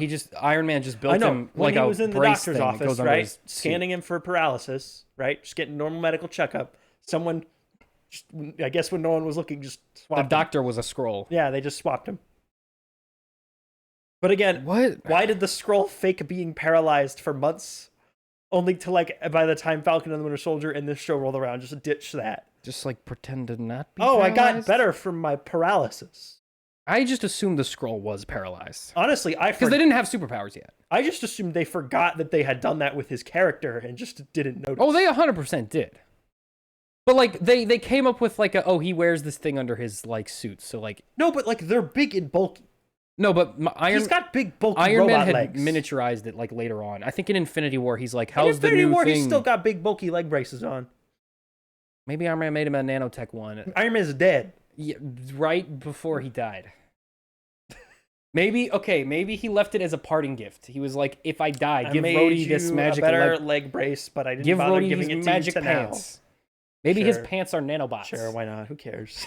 Yeah, maybe his pants are nanobots. It makes more sense than what they're doing. It's because what they're doing makes no sense. Anyway, more trailers. There's a trailer for Rick and Morty the anime. That was more of just a teaser. There was no dialogue in it. All right, still don't know who's. You don't need to pull that up. We still don't know who's actually voicing Rick and Morty in that, or who's going to voice Rick and Morty from now on. I assume that they will be Japanese. Whoever. I'm guessing for the anime. Yeah. Whoever voices them. This also looks really weird. It looks like Family Guy. It doesn't look like anime. It just looks like Family Guy. But it's called Rick and Morty the anime. There's a girl. Rick's here. There was a trailer for the new Exorcist film. You saw that before. They played that before Oppenheimer. Oh yeah. Exorcist Believer. It's been 50 years since the last Exorcist movie. I don't care at all about that. I admire their restraint in that they didn't call this one just The Exorcist again. Yeah, okay. And 90-year-old Ellen Burstyn's back. They're going to do 3 more of these. That's great. The interesting premise they came up with for this one is that what if there was 2 possessed girls? What if there was 2 this time? Oh no. Ooh, Oh, wait a minute. Wait a spooky. minute. Hang on. Okay. There's a guy named Tetsuya who's involved in production, but it's not Tetsuya Nomura, so we're safe. Okay, that's cool. We're safe. I thought we were gonna have a problem. Glad. He's the guy who wrote Chaos. Oh. So it's called The Exorcist Believer. Then they announced the next one is called The Exorcist Deceiver. My guess for the third one, The Exorcist Receiver, possessed cell phone line. That's my guess. Cell tower possessed by demon. And then Exorcist Demeanor, where it's just someone who like kind of seems possessed, but they're not. They're not quite sure, and the whole movie They just have a spooky demeanor. At the end, the whole movie is about figuring out whether or not he's possessed, and at the end they just go to the conclusion that he's just not in a very good mood. Yeah, that's it. Then the movie ends. What else do you do with The Exorcist? What do you do with The Exorcist? Why are they doing this? Why are we bringing back Pazuzu? Why are we doing more Pazuzu? Is Pazuzu a character in The Pazuzu's the name of Exorcist? the demon in The Exorcist. Oh, there's only one demon in The Exorcist? Yeah, I assumed there were multiple. One girl. Well, but is it the same demon in this movie as it was in the first one? My guess is because they're obsessed with nostalgia and repeating themselves and they don't have any original ideas. Yes. Yeah, I guess, who was the ghost in Ghostbusters? Zool? Gozer. Gozer was the villain. They just did him in Afterlife. Yeah. I rewatched that movie a couple of days ago and I was like, I really like the first half of this. And then the second half, they just remake Ghostbusters. Yeah. And they go to Walmart and it's like the cleanest. Well, they do Walmart. in episode 7. Yeah. They introduce some new ideas. Like the then first they do half has nostalgia some bait. ideas, and then at the end they just ditch that. And like It's just again, like, who needs new ideas? for We could just episode 7, rehash. I was like okay with it because I was like, okay, they just want to like prove that they understand Star Wars. So I was like, okay, sure. I was assuming they were gonna like bring in more creative ideas later, but instead they just like Well, no, they did, and they were all bad. they did a lot of stupid things. Sam, there's a trailer for Gen V, which is the spinoff of The Boys. Is that the cartoon one? No, this is a live action one. Okay, let me. This one is Yeah, that it's about the school that Vought sends all of their young soups to. It's evil Professor X. Yeah, evil it's X-Men. evil Xavier School for Gifted Youngsters. Is he in a wheelchair? I don't think there's a guy in a wheelchair. But it looks okay. It kind of looks like The Boys without any of the things that make The Boys interesting. Where it's like if you just dumb The Boys down to like people swearing and blood squirting everywhere. It looks just that part of The Boys, which is the least interesting part of The Boys. Those blood effects look really terrible. Yeah, they do not look those good. Look awful. I'm guessing they're not finished. Maybe it'll be better when it That comes looks like out. blood work from The Flash. Maybe even a little worse. The first 3 episodes drop on September 29th. That'll then air weekly. There's going to be 8 episodes in that first season. Apparently, this is you have to watch before the next season of The Boys. It's important that you watch the this. next season, or like the one after the next season that's supposed to already Season be out, 4. but they're waiting for the protest to end. This has to come out before season 4 comes out. I thought season 4 was already done, and they were gonna release. They it. shot it, but strike they're in happened. post. Oh, okay. There was also this was a big one. This one had a Hall H panel. Marvel Spider-Man 2, the video game, had a new story trailer. It looks cool. We haven't finished the boys thing yet. There's Oh, nothing they that punched right interesting through a in it. guy. That's pretty gross. Yeah, again, it's mostly just like it looks like The Boys. This if it's their- podcast might get age restricted because of this. Actually, Oh yeah, you shouldn't. a lot of blood. A lot of blood. yeah. So much blood. A Oh, lot of that's things the F word too. squirting and exploding. Oh, hey, it's that one secretary character. Oh, that guy's a Muppet. Yeah. You excited for Muppet character? We love the Muppets. What if the Muppet was the boys? Too bad the worst Muppets. How on earth does like Compound V turn you into a Muppet? I think it's probably like they're high. It also shrank one of them. How does that? How does There's that the work? guy who shrinks. Remember, he goes up. There's a shrinking guy. Oh In The yeah, Boys, I guess remember there are that? shrinking guys. Yeah. All right, I don't remember. Anyway, I Boys mean, I lore. guess I'll watch it, but I'm not looking forward to it. Yeah, I like The Boys, the but boys. like I think it's I don't pretty need. good. I'm not like clamoring for like a lot more of The Boys. Yeah, I'm kind of ready for it to wrap up. Yeah. I'm kind of getting over it. Like, especially after season 3 really felt like, okay, we're reeling into like the final part. But it looks like they're just now being like, it's a franchise, and now we expand. Now we have to keep going. All Now right, we're gonna do Spider-Man 30 Spider-Man spin-offs. trailer time. We got Harry Osborn, he's saying, "Oh He's man, back. I'm I so wonder glad to not have super cancer I'm anymore." so glad to not be Venom later on in the game. It'd be I bet real it'd be weird real if I was bad Venom. if I was That Venom would be later bad. on in the I game. hope I don't have black goo turning me into a Venom-like man. That would be bad. Wouldn't that be bad, Peter? And Peter goes, "That would be So, bad." are we just not doing the Green Goblin? What? Are we just not doing Well, Green I don't Goblin? think no. Well, they weren't building towards Goblin. Okay, well, I assumed because, They can still. Norman if Harry's Osborn gonna, is like the president if or whatever. Harry's gonna be Venom, then I'm guessing if they do Green Goblin, it'll probably be. Yeah. But Norman's also old.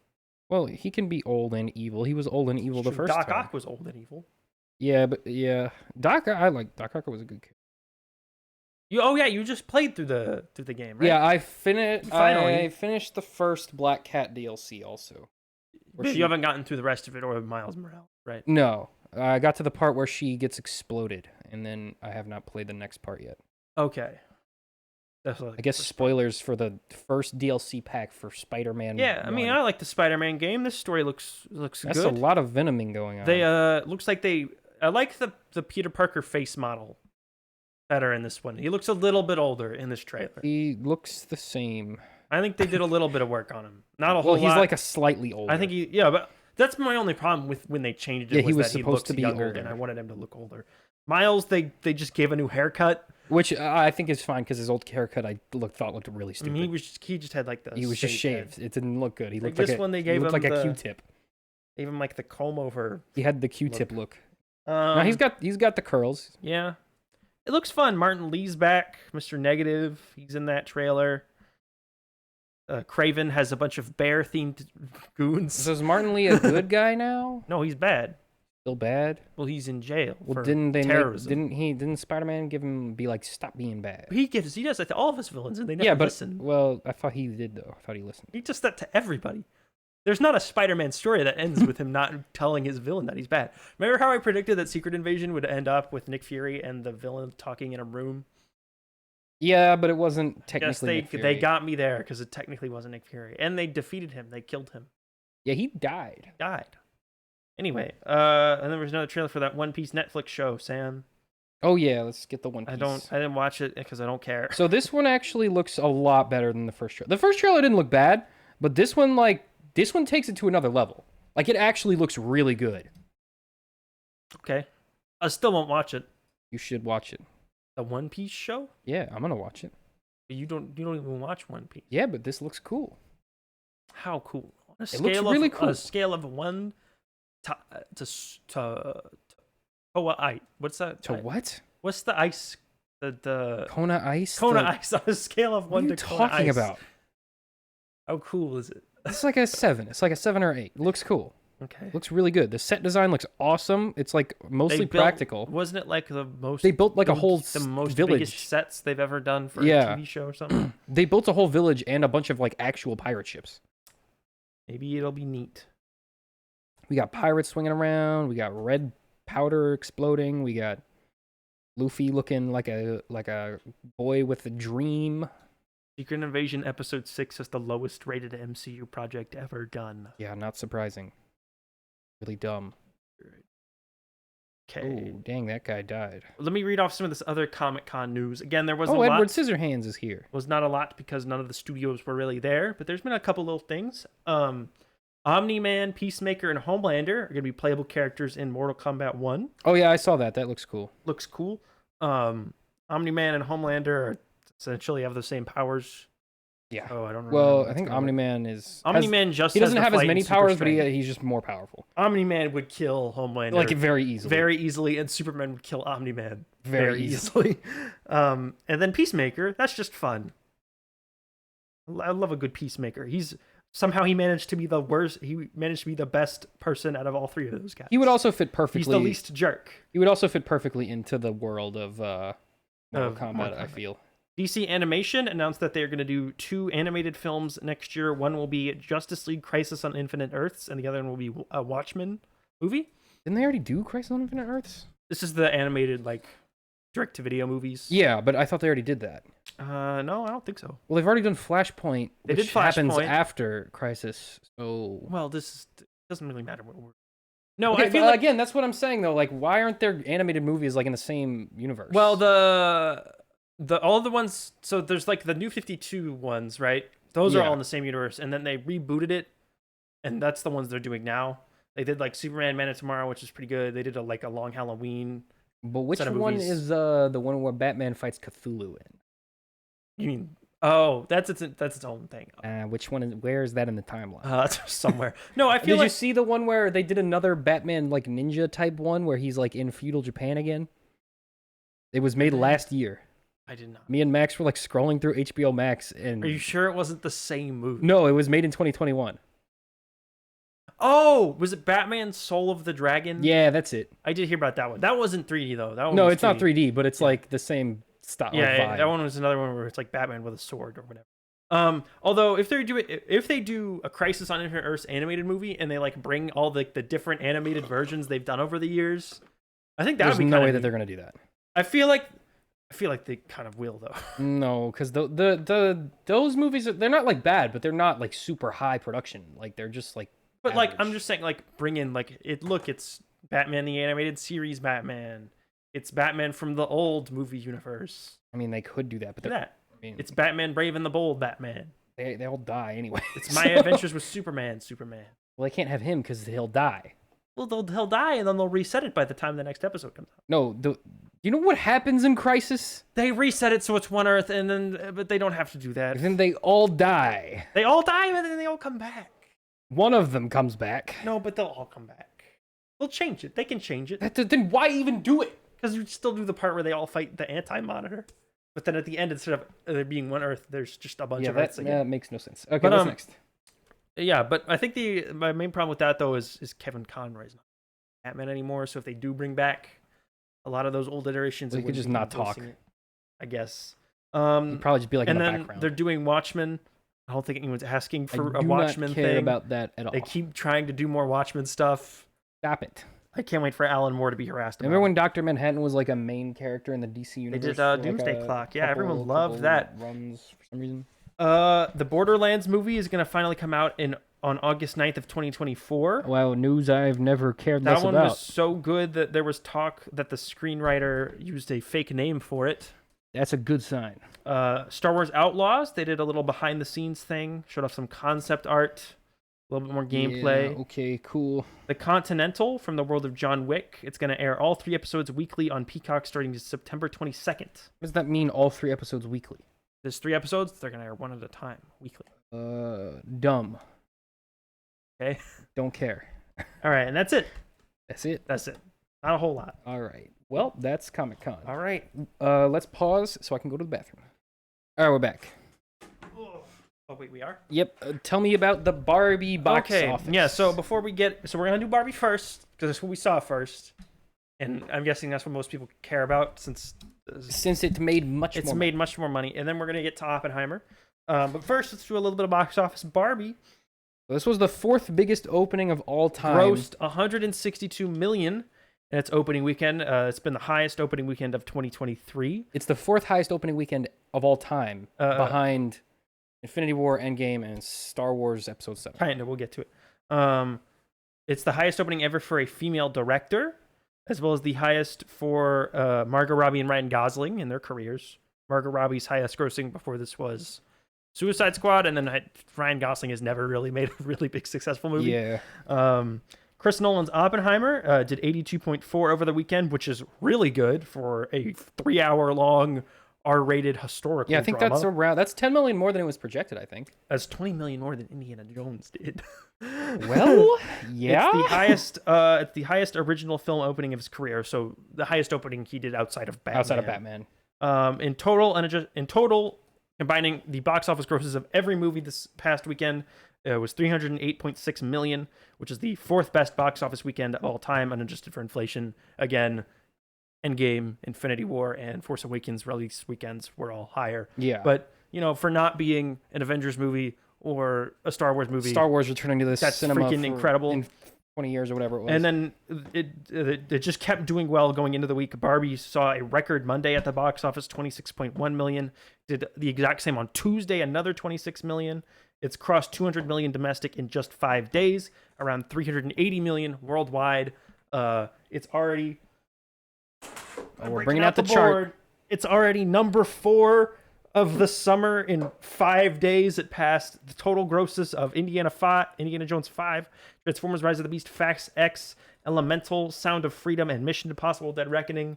It's gonna pass Little Mermaid probably sometime next week, and then it'll be, can it get to Guardians? Can it get to Spider-Verse? It's gonna have to do around 390 to get past Guardians. I don't see it going past Guardians. I think it's opening higher. I think if it holds well, I don't know if it's gonna hold that well. It's not gonna hold as well as Guardians. Guardians held like really well, but I don't think people are gonna be going to see this movie a whole lot like after this. It's got an A cinema score, which is really good. Yeah, but I think everyone went to see it already.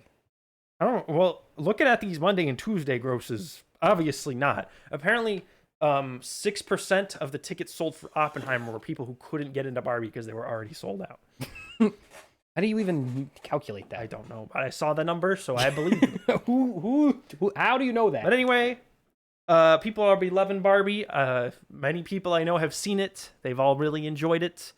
Except Ben Shapiro, he really did not enjoy it. But I don't know Ben Shapiro, so that... Even Candace Owens liked it. Yeah, I saw a couple people at the Daily Wire liked it. Not Matt Walsh and not Ben Shapiro. Well, obviously, but I'm pretty sure Matt Walsh was watching like... I think Matt Walsh probably actually may have died in the theater for real. That movie might have actually killed him. I think what was that? What's that old racist movie? Birth of a Nation. I'm pretty sure he was just watching Birth of a Nation in the Woods and being like, this is the movie for me. And Ben Shapiro actually enjoyed it, but has to not like it for her money. Yeah, he has to pretend to hate it. I don't know if you guys know this, but the channels that call every movie woke and all they do every single day of their lives is just say everything is woke and terrible, they make their money by doing that. If they like things, they won't make. They make less money, so they're incentivized to not like stuff. Yeah. Just letting you guys know that may or may not affect their opinions on things.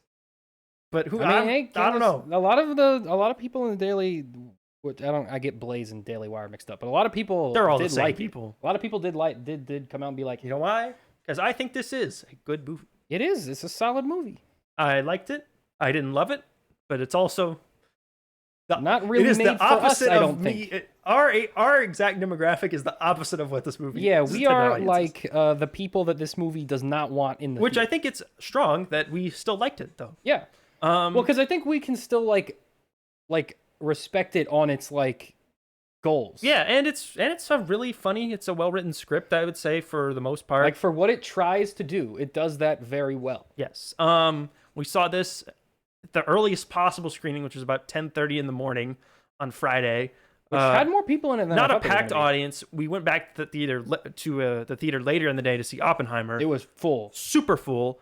Apparently, ripped up. We all the theaters in our area are Cinemarks, so we go to Cinemark a lot. Also, AMC's awful. Also, AMC sucks, and we hate them. And we've said that when we saw Transformers, we gave explicit details on why AMC sucks at what they do. They're just the worst. But apparently, Cinemark had their most trafficked weekend ever. Like this was their biggest for the entire chain.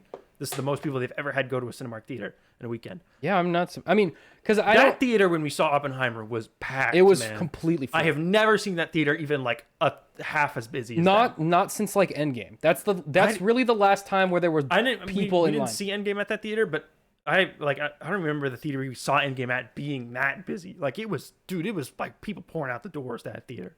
The concession line was like a line you had to wait in. And Endgame I remember was packed because remember we were on the edge of the row. And we were kind of towards the front because we couldn't get obviously Endgame was super busy, but I mean it was full. Anyway, back to the actual movie. I thought this was really strong. I thought it was really funny. I liked everyone in this. Margot Robbie's great. Ryan Gosling's great. I love the production design.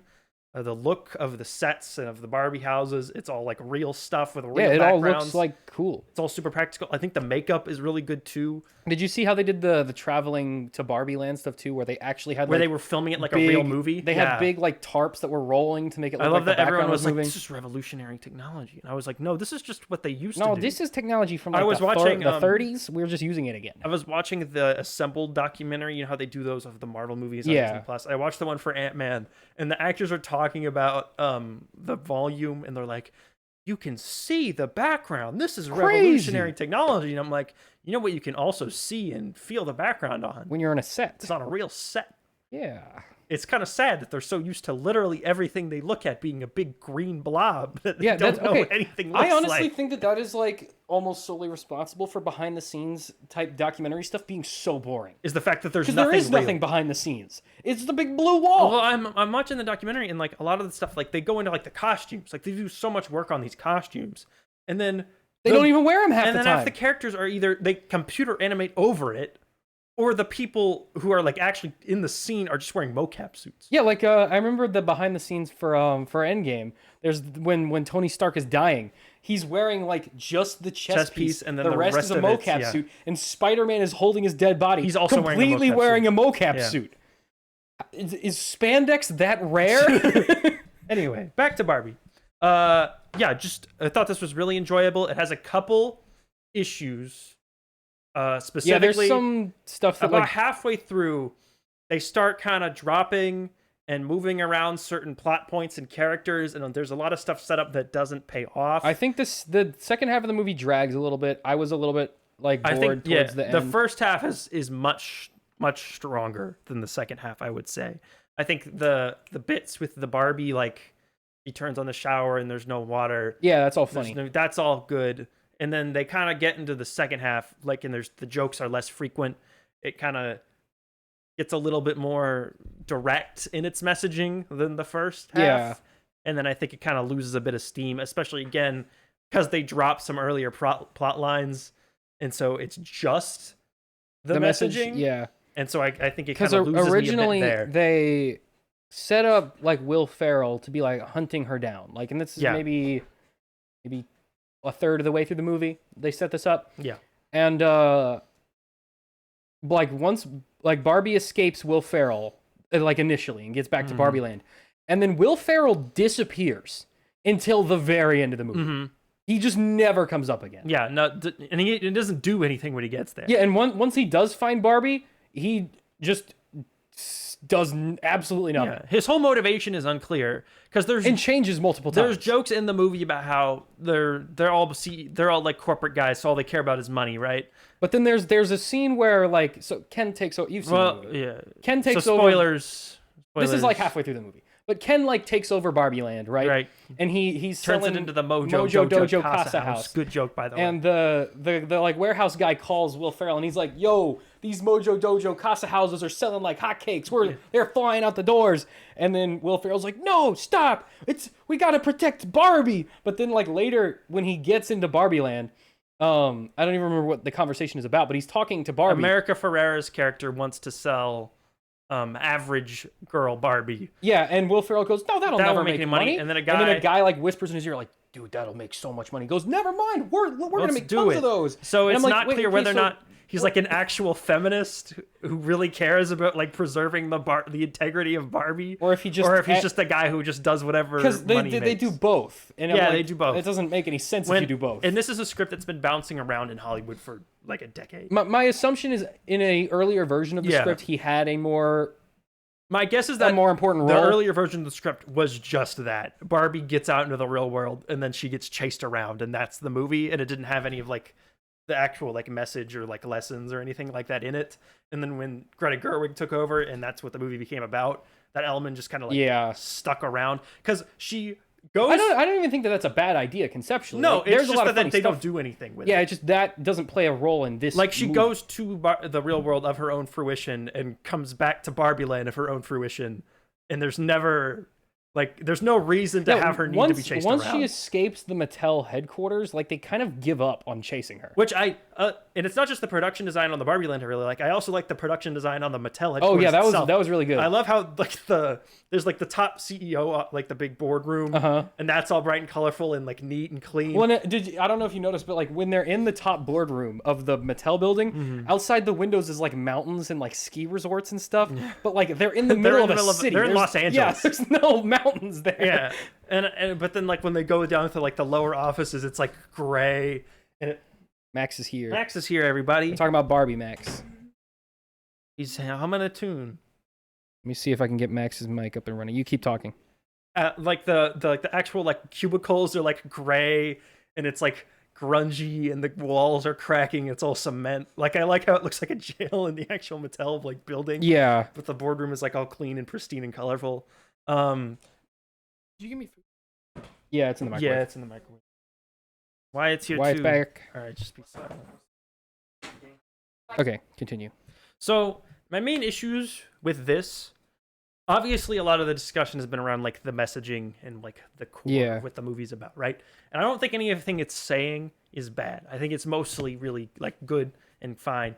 It's about how like women should be empowered and like account for their own faults, and like that what makes them like complete people, and being a woman is hard, right? Yeah. That's all fine.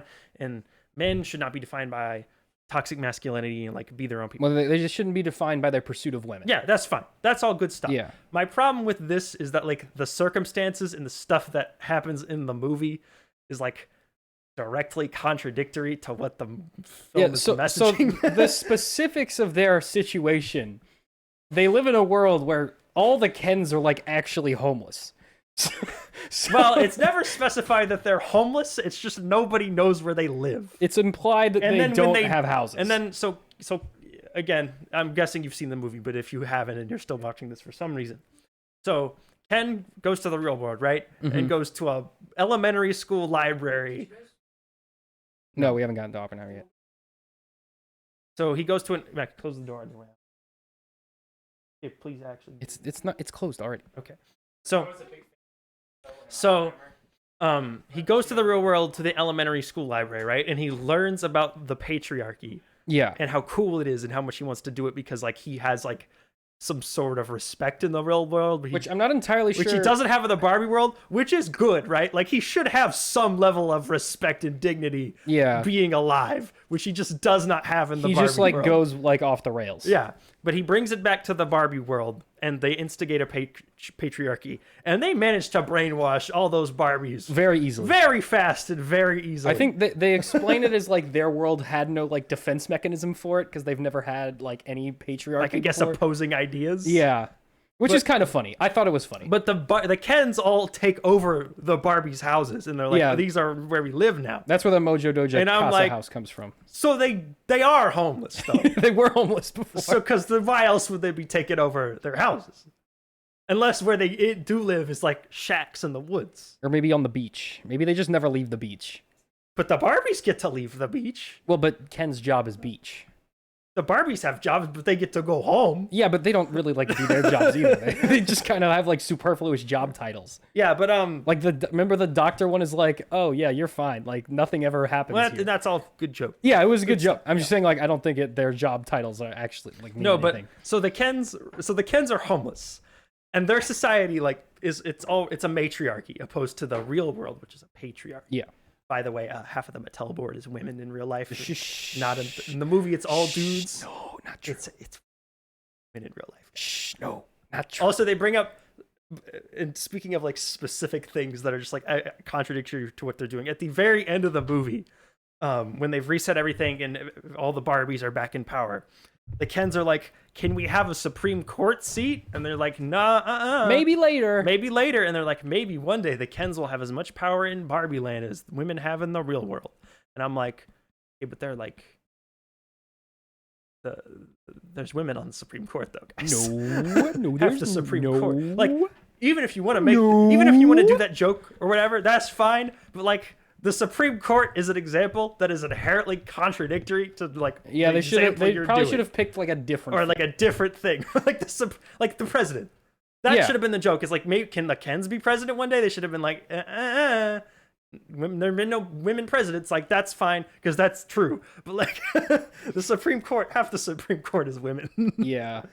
It's like stuff like that. I also think at the very end, like the solution to the problems is that America Ferrera's character, who's kind of superfluous generally. Well, her whole thing. Her daughter is definitely superfluous. Yeah, her daughter was just kind of. Which, actually, again, that's another point they bring up but don't resolve. Actually, I did learn something about that, which I can tell you in a minute. But the mom's character, or the mom character, she's the one who like these are her Barbies. Mm-hmm. Like she's the progenitor of this. Or Margot Robbie's Barbie is her Barbie. At least Margot Robbie is her Barbie. It doesn't really matter. They imply that all the Barbies are that characters Yeah. because she's like, I had all the Barbies and all their clothes and Yeah, stuff. and Weird Barbie was the Barbie. And Weird Barbie was the one that she like messed up. But like, what was I saying? Yeah. So, I mean, I think her character does make sense in the story. I don't think her character doesn't really change much throughout the story. She just learns that like, oh, Barbie's depressed too. I guess it's okay if I'm depressed because she was like struggling with like her story is more like with her finding daughter, someone to relate to. Yeah. And something funny I did learn about the daughter though is the daughter and the three other characters that like sit at that lunch table are named after the four main Bratz dolls characters, and so the implication is they all hate Barbie because like they're supposed to represent like their main competitor. Yeah, but the thing is though is like that the daughter's introduced. So Barbie goes to the real world, right? And it's modern times, and she goes to school, and she thinks the daughter is like because she had visions of the daughter and another character playing with the Barbies. It's very clearly the mom. She assumed it was the daughter because it was like she was like, oh, it's probably the kid. It was the mom. It turned the plot twist was it was the mom, but she thought it was the daughter. So she goes and seeks out this kid. But she goes to her, and the kid makes like Barbie is actually hurting women because it's enforcing like gender stereotypes and like way too high beauty standards and like consumerism, right? And you think like, okay, they're gonna address that.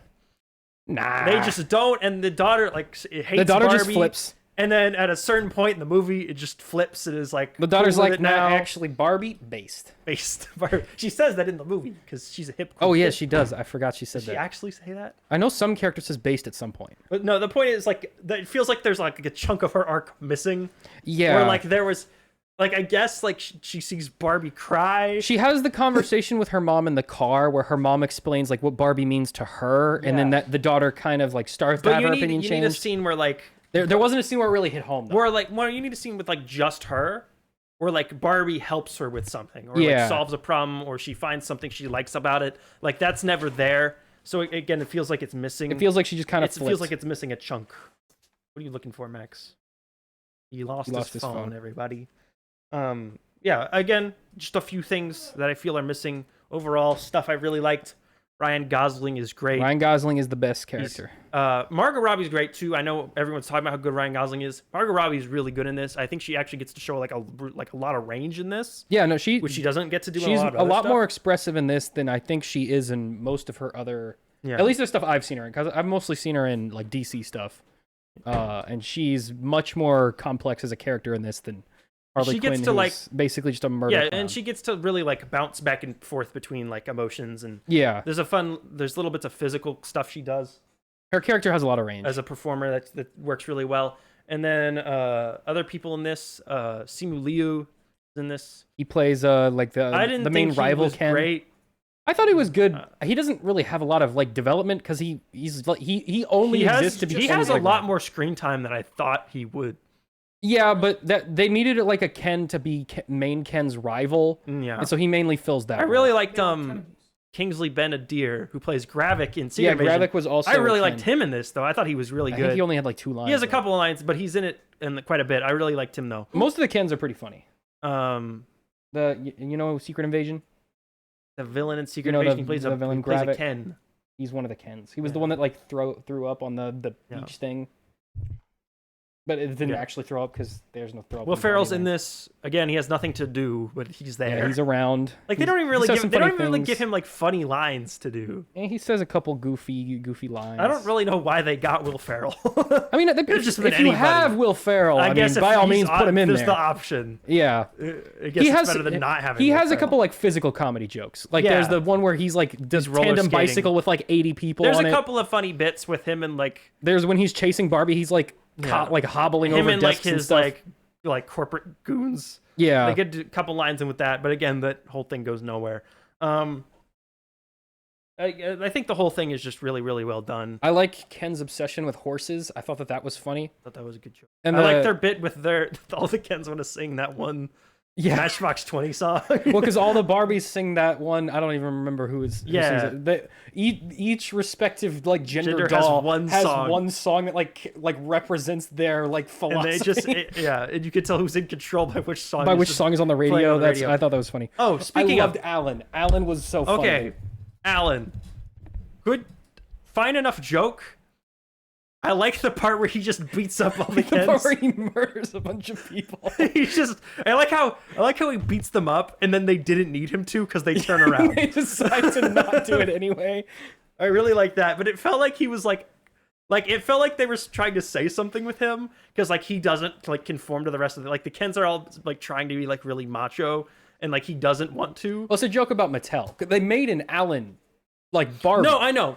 And they like discontinued it after like a few months because of how like poorly But I thought it sold. in the movie they were trying to say something about like he's the like one guy who like sides with the Barbies. No, I think he's just a I don't goofy think there was a character. message. Yeah, I think he's just a goof. No, but I feel like I think they he's just were Alan. setting They something up almost to did. be there and then they I didn't think he's do just anything. Yeah, they almost did because when Ken did his patriarchy thing, he was like he didn't really care for what they were doing. He was like more interested in like what the Barbies were doing. So that I think they almost did that, but then eventually, Again, eventually they decided. but I do like that he's a scene goof. where they get there and the Kens are building a wall, but But they don't understand they how to don't know build how to walls build it out. They're just horizontally. building bricks in a stack. That was funny. That's good. Yeah, And it's- he's like, once they figure out how to build horizontally, we won't be able to I leave. really like the gags, like where they're just like referencing weird, obscure Barbie stuff and like dumb things. I like it when the humor's just really dumb. Yeah, I like when they're just Stuff making like fun of that. Mattel for like the weird things Yeah. they did. And honestly- like Marge, the like permanently pregnant one. Yeah, props to Mattel The for one with the letting them TV make in the fun back? of them. Yeah, there's the one with the TV in her stomach. There's the one Yeah. whose like boobs grow when you raise Yeah. the arm. Which those are all real Barbies, by the way. Yeah. It's all good. Good stuff. Like this one. Definite recommend. Don't love it, think it's good. I also like You how should they check it brought out. up that the founder of Barbie was like in trouble Committed with the for tax IRS evasion? for tax fraud. Yeah, she was the CEO of Mattel, by the way, Yeah, for like 20 years. for a long time. Yeah. Again, but take it out for tax evasion. Good stuff. Was she a ghost? She's a ghost, Yes. right? No, I think she's just sort of a liminal figure, much They like say she's the ghost. much that like lives how in their Barbie building. Land is like a liminal space. It's not very well explained. I think she's also She's just just like a a liminal. liminal figure who's not very well You like the explained. part where she became a person at the end? Yeah, and she goes to her gynecologist. Yeah. Yeah. Because she Wyatt said what? It, I don't you really just understand how gotta that works. because she didn't have genitals Yeah, before. does she so have now genitals she was now? excited. I get that, but did she just grow one? And she, Yes. Like feeling? Yeah. Yeah. When you feel emotions, Well, real I think hard. when she became a human, she became a human. Yeah. Before she was like just a plastic thing. Yeah. By the way, did you love I love that we're still I get that movies about feminism, but I love that we're still at the point in movies where like a woman walks around the street and every single dude Just stares at ever her. walks by is just the most sexist man you could ever Yeah. think of in your entire life. I think Or like construction workers? I feel Yeah. so bad for construction workers because every movie they're ever in, they're always perverts. They are never not perverts. justice for Representation the for construction Never once in workers real life who have aren't I ever pervs. seen a woman walk past And them construction workers actually and they go, catcall the woman. Oh wow! I mean, if I you're also love how they're movie. never working in anything. yeah, they're always on lunch break. Every Now- movie the now- construction workers are ever They're in, always they're on never lunch. working and they're always just In New catcalling York, yes, like people get catcalled, but like pretty much everywhere else, I feel like it doesn't. I mean, none of us are women, so I don't think any of us really know. But I mean, that scene was definitely exaggerated. women. No, for yeah, sure. and the guy just like walks up and slaps her butt. Yeah, Yeah, that that is would never- get that would get you like probably like in trouble. Cops are all yeah, sexist. Oh, why did she get in trouble for that? Because she punched. because she punched him, Because Max in a male. and then she was society, immediately arrested by. I did think it was weird that like. So Ken comes to the real world, right? And the whole world in the real world is of course a big patriarchy, right? Yeah, But like they kind of so he goes around and tries to like get jobs based on the fact that he's a man and can't. So I felt like the joke was contradicting their point, which is like the world is super sexist and run by the patriarchy, but Ken, who just by being a dude can't actually like can't get a actually job. achieve anything. Yeah. Well, I think that was to highlight his misunderstanding of what the patriarchy Yeah. was. Because when he gets back to Barbie Land, he instills a patriarchy, but it's not really a patriarchy. No, it's just a bunch of He dudes just- watching The Godfather. He just thinks like dudes ride horses and drink beer. That's like all he understands. yeah. He does a musical number too. Yeah, This whole thing should have been a musical. it should have been a musical. Also, I think that one Ken song also I think went on for a little too long. It went on for like 5 That's minutes. fine. Yeah, it kept going over like the whole third act. Because there's the part where they're battling on the beach, and then there's it like just at some point transitions to like a music video, and then it goes on for like another 3 minutes, and then it goes back to the beach. They do a little bit more, and then it ends. It was like that was just a very long music number. Anyway, yeah. Again, couple of problems. Really liked it overall. Thought it was really good. You already saw it, but check it out. Yeah, it's pretty good. Pretty good movie. Moving on to the next. What is that? This is a backup. Anyway, moving on to the next movie we saw. A movie I really, really liked. Christopher Nolan's Oppenheimer. Oppenheimer, very long. Oh, no, I thought it was kind of boring. Max thought it was boring. Sam thought it was long. obviously- Max thought it was boring. I'm kidding. I thought, even though it was long though, like the pacing is really, really good. It's very, very fast. Like intense. It's- slow, yeah. It's fast, but It barely ever slows down. There's never like a breathing point. In fact, I think there's music playing in literally every scene. I don't think Which, there's I a didn't- we scene didn't- without music in it. We didn't mention this, but Barbie is like weirdly quiet at a lot of points. Yeah, other than the soundtrack. There's except for the There's actual very little, soundtrack like, itself. orchestral music. There's almost no It's a score lot at of all. pop stuff. Yeah. There are scenes where characters are talking, and I'm like, this is really quiet. It's kind of interesting that like Sometimes it's almost awkwardly quiet. like two opposing movies where Oppenheimer's all just like Ludwig Göransson brr, brr, brr, brr, trying to do his also, best by the Hans way, Zimmer impression. that whole main score that was recorded like as one single track. Like he recorded it all at once. It was apparently it was the most difficult like score to record like of all time. They had to do it like 30 times or something like that. Music. Oppenheimer's sound. I'm gonna see how long the soundtrack is. Like that main score, the one where it just gets faster and faster So and he faster wrote and faster. 90 minutes of music for Oppenheimer. So Yeah. he wrote, and then of course that's without like themes recurring. So he wrote half of the movie. It's music. all unique. Yeah, is Songs. music. But the main theme, the one that's playing at the beginning when he's like having the dream of the like spinning, exploding Mhm. stuff, that theme, they had to record it 30 different times in order to get it right. Jesus. It was the most difficult piece of music to record for a movie ever. Anyway, this whole movie, excellent. Very good. Really, really, really like this one. I think this one is my favorite of the year so far. This pushes movies forward in a way we haven't seen in a while, I don't think. I think it's doing a lot of things that like old movies do, and we're just like going back to that. Very interesting weekend for Hollywood, in that the two big hits were writer-directors with like a unique vision that used a bunch of old Hollywood techniques to make the movie. Maybe making everything fake is like not cool. Maybe having the committee or AI generate the entire movie and just not doing a the very fun cheapest, thing. most blandest thing you can think of, rehashing the same old ideas. Maybe that's boring. Maybe the Maybe audience stop that. is not a big fan of that. Maybe they want something new and interesting and good.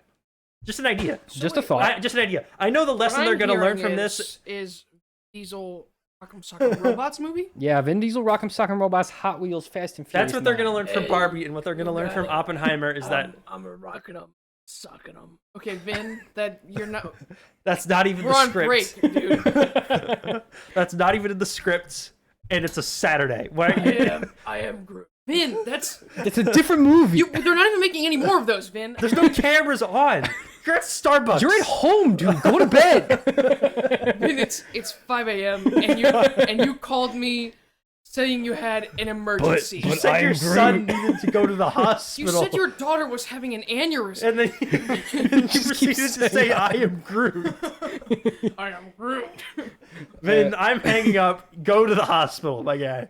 Anyway, I'm your stalker. speaking of beloved actors, Every actor's in this movie. every actor and they're all amazing. Every performance in this is Roderick is here. so good.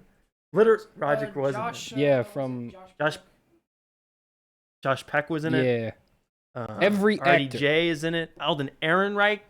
It looks really Alden Ehrenreich is really good in this. Yeah. Einstein's Especially in it. since- they brought Einstein.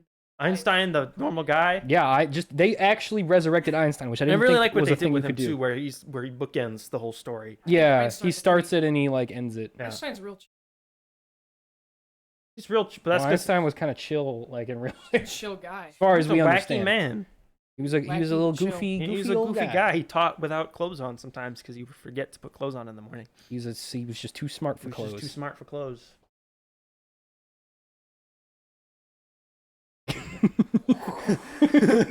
Newton, when he discovered if you don't move stuff, they don't move. Yeah. But no, like I would not be shocked if like you could nominate literally every person in this cast for an Academy Award, And no one would really argue with I you. think there's a case for literally all of them. Like I do not think there is a bad or even mediocre performance in this. And even all like really exceptional. minor characters have quite a bit to contribute to the story Rami just because Malek- of the screen Rami time. Malek has like 3 lines in this movie. But he's like a very influential Academy character. Award-winning actor Rami Malek has like 3 lines. Night in at the this. Museum Pharaoh actor Rami Malek. But of course, Cillian Murphy is the face of this. He's in probably 95% of the movie. About half the movie is him going He's great though. right into the camera. Yeah, he's really good, and you really feel like you're in the whole movie is from. You really feel like Oppenheimer. You really This do, movie makes you feel like you Oppenheimer. feel like You feel a like a nuke. yeah.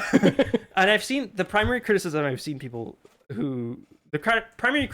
seen of this movie from people is that they don't show Hiroshima or Nagasaki, like the actual bomb. But you know, going he off. also didn't see And those I'm like, things. okay, but the whole point is that he did not see those things. Yeah. He He saw footage of them after the fact. he saw what happened. He saw the aftermath, but Yeah. he was not there for the bomb, and that's for multiple reasons. One is that the government didn't care. The government, like I think the best scene in this movie is the part where they're in that little room. They're and in the it's- Oval Office. and it's not the Oval Office part. They're in the room and they're deciding where to drop Oh, the yeah, bombs. yeah.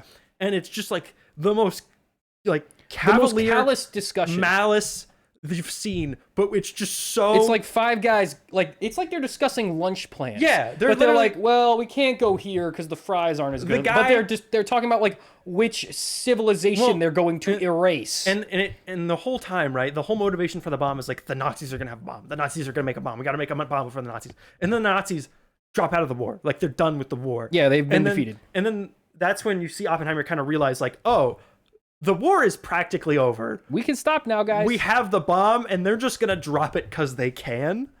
And they're just like, well, I like to vacation in Kyoto, so let's bomb this other place. this one's got a funny name. Let's bomb that one. Yeah. Like it's that kind of just like casual evil that I think this movie is like really about, and I think they capture so well. Just like that.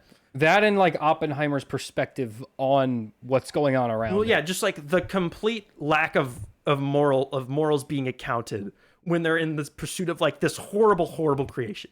Like because they were in a race against the Nazis to get the bomb done before they did. and then They learn. finished it, but the Nazis were gone. Well, and they learn that the Nazis are not close to getting it. Like they they were working on one, but they were way farther off than they thought. And they just like, but again, the government is just like, well, let's finish the bomb a little bit faster. everybody." It's a story about the pursuit of science without morals. Yeah. That's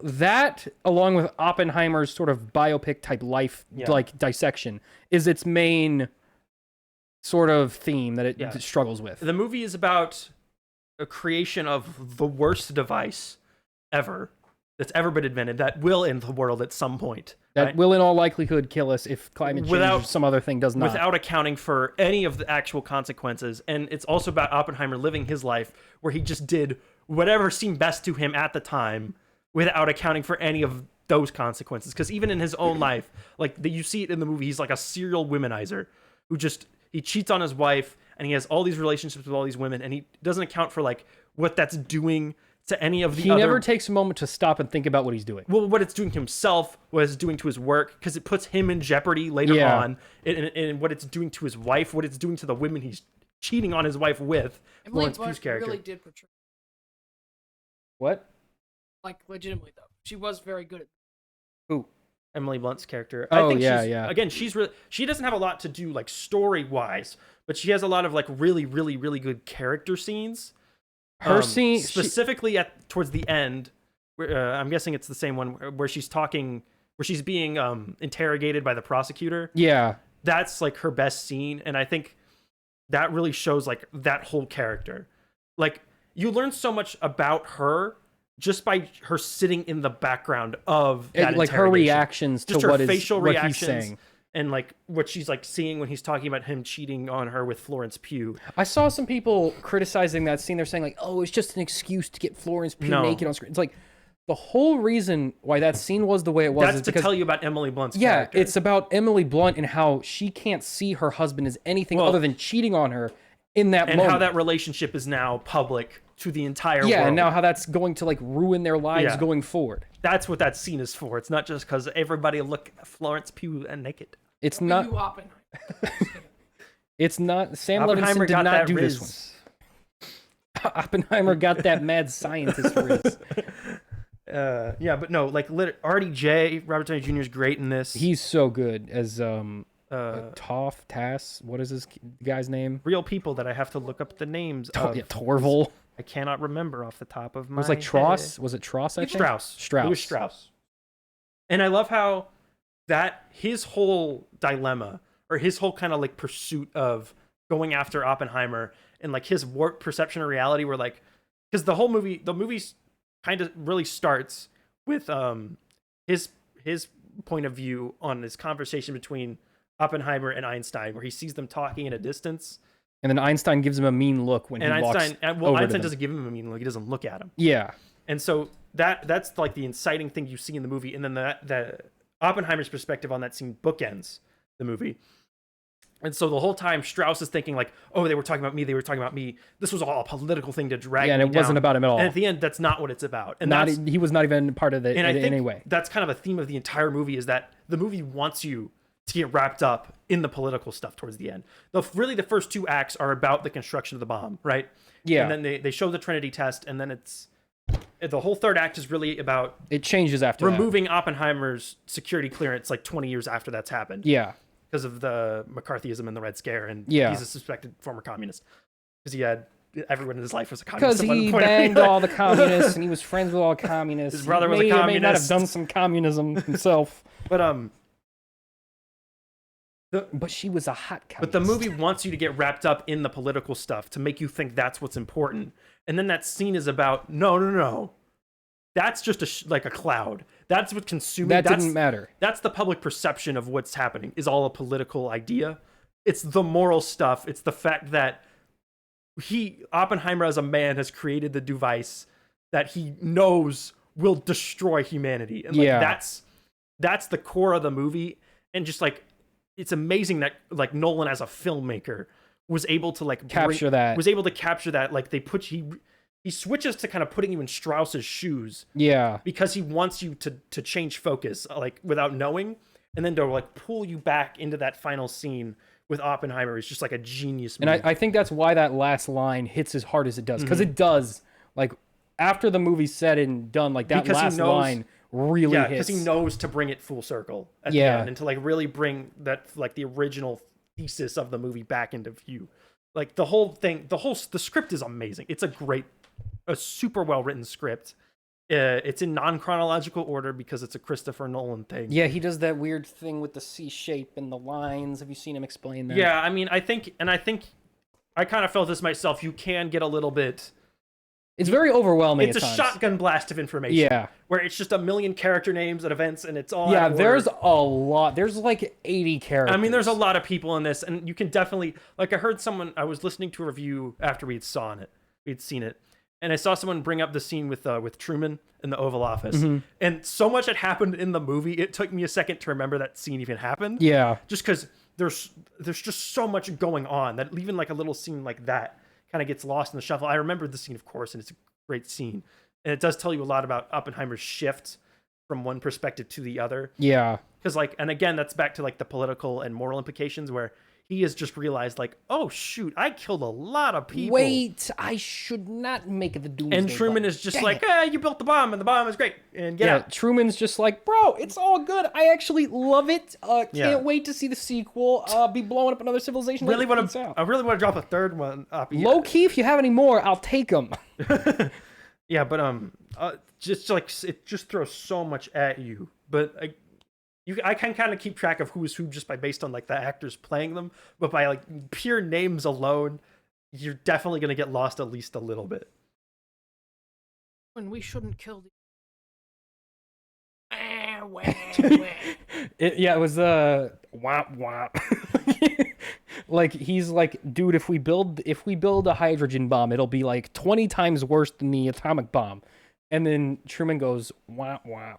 And that's basically the summarization of that Truman, conversation. this is gonna end the world. Oops. Oh well, it'll be cool though. Yeah, but we got the bombs. Yeah, and no one else has the bombs. Yeah, I highly recommend you see Oppenheimer if you haven't already. I'm just looking at this cast list, and I'm just like remembering who everyone is, and I'm just like, oh yeah, he was great.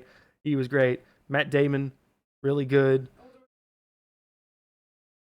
Lawrence Pugh is great. Josh Hartnett's great. Casey Affleck, he's in one scene. He plays the general who, like, you know that scene where he sits down next to the army general, right? Who's in charge of like the security, and he's just like really intimidating. Yeah, and he's threatening. That's Casey Affleck's character. That whole scene is great. It's just like everything. A super high recommendation for me. Yeah. I don't quite know if it's necessary. I know the whole selling point of this movie was see it in IMAX, see it in IMAX, see it in IMAX. I don't think that's necessarily, like, you don't need to see this on the biggest screen you physically can.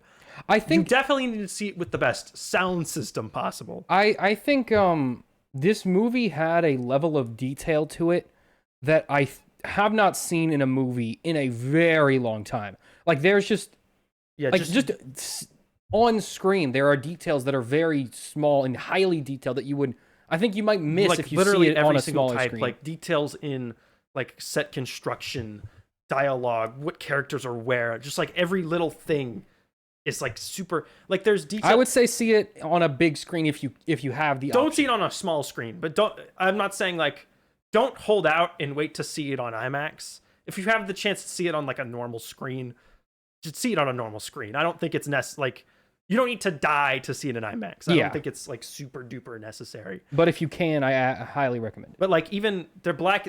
So the movie switches between black and white and color, and the color stuff is from Oppenheimer's perspective, and the black and white stuff is like a objective kind of perspective. Like this is what actually happened. And I even noticed like little details. Like there's a scene that takes place after they've already dropped the bombs, and they're discussing the hydrogen bomb and whether or not to make that. And they're all sitting around a table, and like it's Oppenheimer, it's Strauss, it's all these characters. And in Oppenheimer's perspective, there's a plant at the center of the table. Someone picks up the plant and moves it off the table while they talk, and he's standing up away from everyone else. Yeah. And then even when they show that scene, what actually happened, not only is the dialogue different, but no one moved the plant. It was just shifted out of the way, and Oppenheimer sat at the same table as everyone else. Yeah. So it's like little stuff like that, which is not only an insane level of detail to like keep track of, but also tells you about Oppenheimer as a character. Because I think that scene I think those two scenes happen at different points in time. I think the plant was moved, then Oppenheimer got up, then someone moved it off. But they're discussing the same. I don't think those are the same scene. Because the dialogue when they do it again is continuing from the last scene. It's not the same. It's not like change dialogue. It's like continuing. Well, they're going over like similar information. Well, yeah, but that's because they're having the same conversation. Still, like they haven't finished the conversation. Okay. I'm pretty sure those two scenes were just one after the other. I saw it as like Oppenheimer viewed himself as like above everybody else at the table while they were talking. No, because even in black and white, level. because there's a third cut back to it in black and white, and now he is standing up like over by where the plant was moved to. Right. Yeah. Even so, insane level of detail to keep track. Yeah. Great movie. See it. Very good. Very good. Some people were like, "Oh, why did Oppenheimer build the bomb if he knew it was gonna be bad?" And then I was like, well, because the Nazis were like, around. okay, number one, there's arms race. Number two, he knew what he was doing. He just thought that they would just use this. And actually, the whole point is that he wasn't thinking about that. Yeah, he didn't stop to think about it. No, but like that's his whole life. He's pursuing. But he thought that they would only use it as a threat and not actually just like immediately add it to their personal. Well, later on, but like he knew they would use it when he's actually developing the bomb. He's not thinking about. Well, because he's hoping that they use it on the Nazis. Yeah. But by the time he's done with it, the Nazis are gone. And they're the U.S. is like, well, we're going to use it anyway. The Japanese. Yeah. Well, fireworks. And on top of that, like, you see it early on in the movie before he's even working on the nuclear bomb. He is pursuing, like, scientific advancement and achievement and bringing himself up in, like, the scientific community. Yeah, it was just as much as it was like an arms race. It was also his own like an ego pursuit. thing. Yeah, he was an ego. He's a very narcissistic man. Yeah. Like, as a person, he was not a good guy. Like, you're seeing in the movie that he feels bad for the moral implications of it, but even that is like, because that's his perspective, you're not even sure he was feeling that in that moment. He could have been retroactively later on, because again, the whole movie is him recounting this to a committee. Yeah. And like, he can even then be retroactively inserting those opinions into that point in time where like he probably wasn't thinking about it that way. And now that he does feel bad for it, he likes to think of himself as always having felt bad about it, even though he didn't, just because he wants to feel better himself. Yeah. It's stuff like that. And that whole committee is really good too. Like the guy who plays the prosecutor, who's just like grilling him the whole time. And that one old guy who's like on his side. Yeah, and I love how Strauss's plan is just to like stick him in a room where no one else can see what's happening, so no one else can physically be on his side and just grill him. Just absolutely roast him over a fire. Doesn't work. Bring in every single guy he's ever talked to in his life and just have them churn out the worst stuff they can say about him, and then it still doesn't work. Because Strauss is also... Oppenheimer's a bad dude, and so is Strauss. Yeah. Strauss is also not a good person. Like... There's no moral high ground in this movie. No one is a good person in this. Every single person in this does something horrible. Like even Emily Blunt's character, who you like do sympathize with, is not a good mother. Like she's drunk all the time. Well, I think a lot of that too was she was like a biologist. Yeah. Like she was not meant for that. She had role. aspirations of her own, and Oppenheimer kind of like shoeboxed her into being a mom, which she didn't want to do. Everyone in this is a flawed character. Yeah. Except for maybe the old guy on the committee. The old guy based. And based character. David Krumholtz's character. I don't know who that. He plays the fat guy. He plays the fat guy with the glasses. Oh, the fat guy with glasses. Oh, the Jewish guy. Yeah, yeah, he was cool. Pretty good guy. Oh yeah, Jack Quaid's in this. Oh yeah, he's. You say these names, I know the faces. Huey from The Boys. The Boys. Oh yeah, see, I know his face. If you say the thing he's in, I'll know what you're talking. It's just like I'm just like rolling through my head. I'm like, oh yeah, he's in this. He's in this. He's in this. Great. I was very surprised that Josh Peck. He has like a line. He has not done anything. He says he presses the nuclear bomb button. He presses the button. No, he doesn't press the stop button. He didn't press the go button. No, he presses the launch button. Yeah. The red button's the stop button. No, he launches and then he. Oh, he had both buttons. He had two buttons. It was the meme of the guy. What did you think of the Trinity test? I've seen some people say it's underwhelming. I think it was a little bit. I wish they showed like the.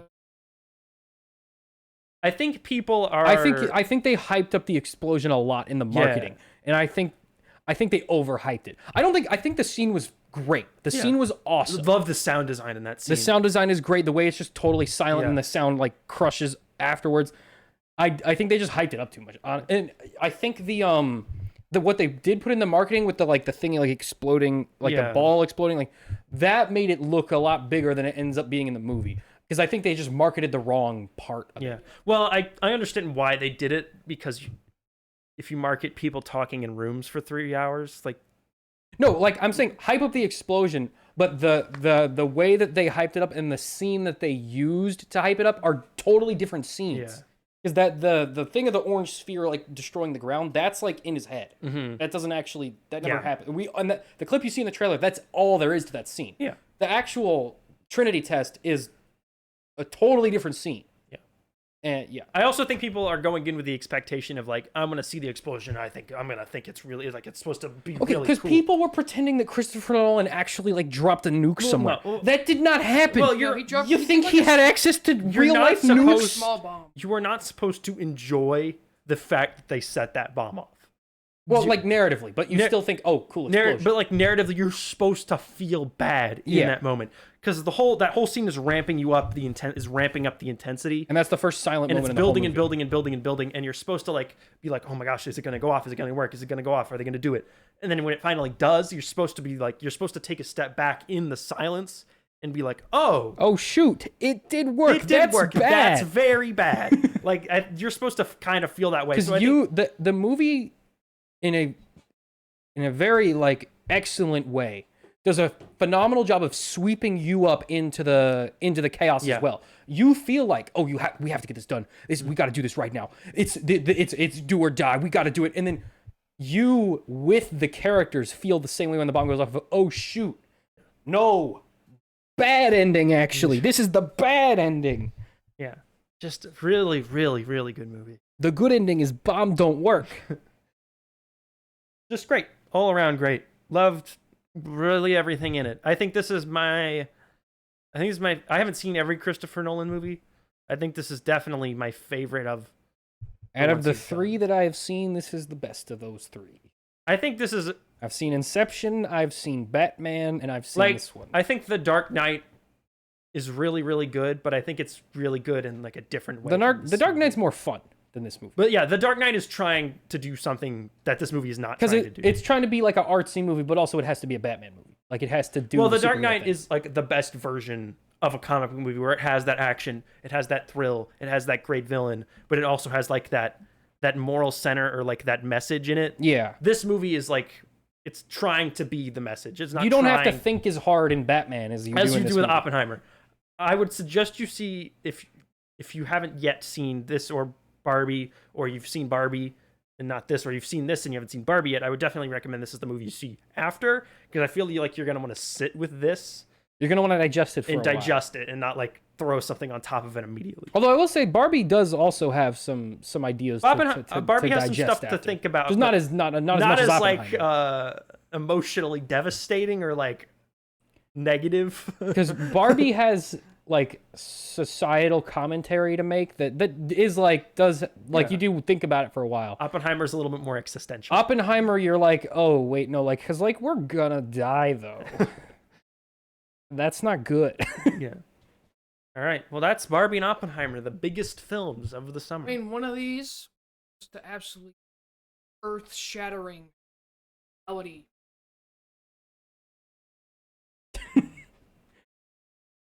Max, are you Max? Which one do you like better, Barbie or Oppenheimer? We did see. Did we ever review Elemental? No, we did see it. We saw it. I don't think we ever talked about it. It was just like way worse than Zootopia. It was just Zootopia, but like if everything made no sense. I kind of want to read negative. It was like Zootopia, but if their like whole society was built. You cannot say that on the YouTube. Luckily, I don't think the mic picked you up, so you're good. But oops. Trying to find negative reviews of Oppenheimer because I want to. Some of them are too long. Well, bold. Too much reliance on special effects. Guy's just actually dumb and did not see the guy. Just saw the wrong movie and thought it was Oppenheimer. He saw Indiana Jones. Man saw Indiana Jones and thought it was Oppenheimer. Did not like scrambled up scenes. Did not include any details on actual construction of the bomb. Guy just did not. Guy fell asleep. Did not like the Bro fell asleep during the movie. Did not like the congressional hearings. Boring. The flow of the screenplay was not good. Focus on his womanizing traits didn't fit what the audience was looking for. So the Oppenheimer character piece, you wanted them to ignore a key part of Oppenheimer as a character. No, that is a person who's been on Twitter too much. Thought it was just gonna like dump on Oppenheimer for being like a bad dude, which the movie does a fair bit of that. But like it didn't dunk on him enough, and so now she's mad. Lovely acting, but the story was trapped, which created not a lot of room for the narrative to thrive. Dude, it happened in the real world. You can't do a lot of stuff to what are you talking about? It in Oppenheimer 5 to 8. This one's too long. It's too long and too boring. Okay, my attention span is 20 minutes. Too much hype raised for my expectations. It was simply not great. It could have been much shorter. This man is upset because he hyped it up too much and it didn't live up to his expectations. He just like got too excited. I also like how he admits that he did that in the review. Special effects were terrible. Film was more like a documentary. Highly disappointed. Wait a minute. So wait, hold up. The effects were so bad you thought it looked like a documentary, which is real. What? Confusing. Too long. Super boring. So these are people with like no media literacy. The film was going great until sex scenes came in. Thought it was totally unnecessary for this film and quite vulgar and distasteful. Who wants to see someone naked and committing lewd acts? Okay, that was, I think the multi-billion-dollar porn industry would disagree with you. Yeah, not that I'm defending the porn industry, but obviously there's a market for people who want to see lewd acts. No, that was like a 45-year-old mom going, I I took my 9-year-old kids to this R-rated movie. And he saw boobs. And okay, Never recover. the sex scenes are not like sexy. No, Really not. They're like framed in a very there's really negative not light. that many in And them. it's like 2 There's minutes. There's one actual sex scene, and then there's one like sort of And they're hypothetical imagined Yeah. sex scene. But like neither of those scenes are viewed positively. No, you're not supposed to like be like. You're not oh, going like, yeah, get it. Like, no, you're like, oh, this guy's terrible. Oh, half star. This guy's actually like a bad person. half star. Not one likable character in the entire movie. So that's the point. Boring plot line. Boring scientists mixed. Likable. Boring scientists mixed with super dysfunctional women. My son was a chill Just guy. what do you mean dysfunctional? Awkward sex scenes for no plot. Outcomes very odd.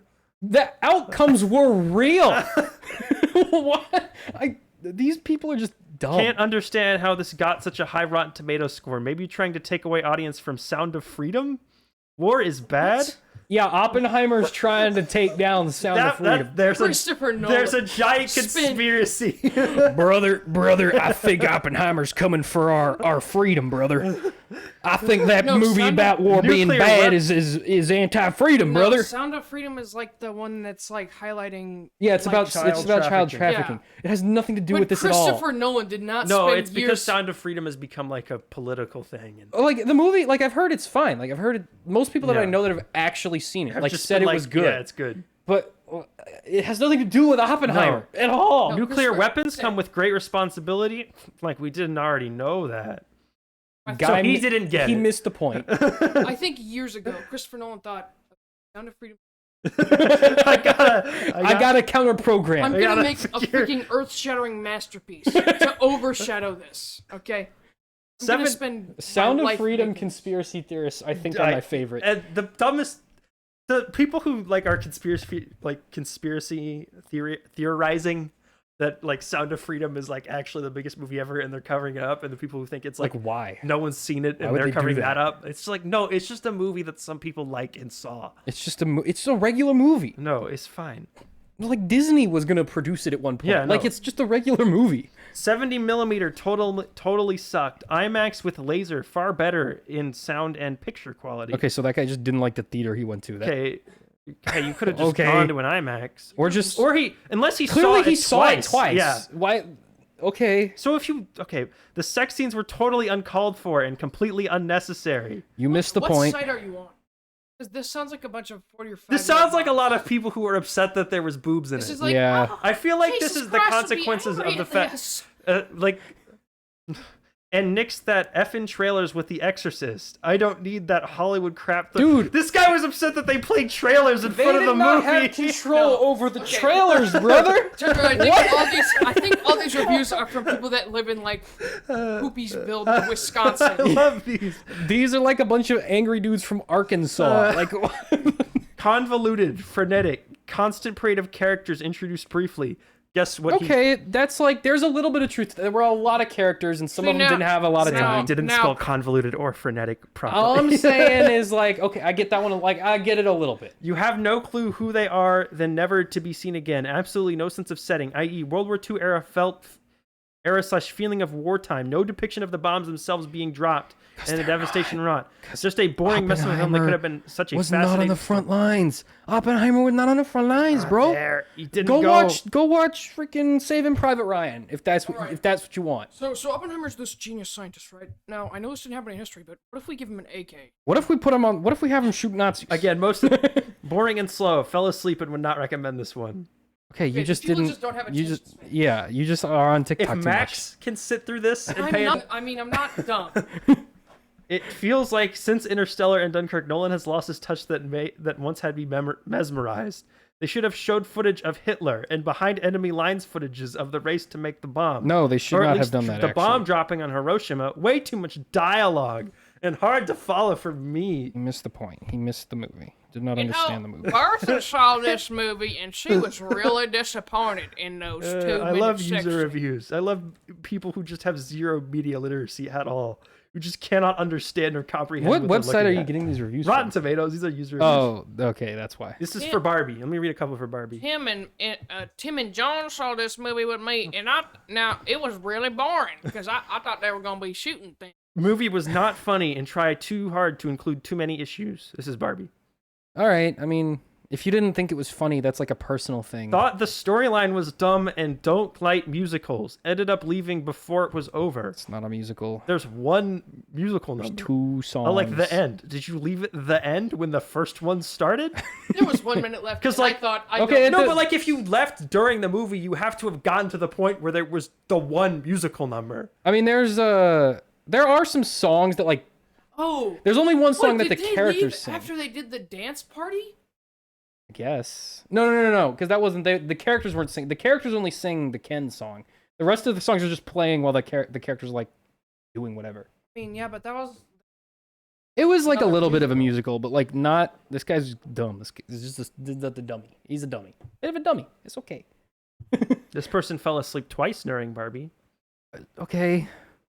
It was I may a have fun had- movie with a few good scenes. Otherwise, it was a little boring and had a lot of elements that felt very out of place.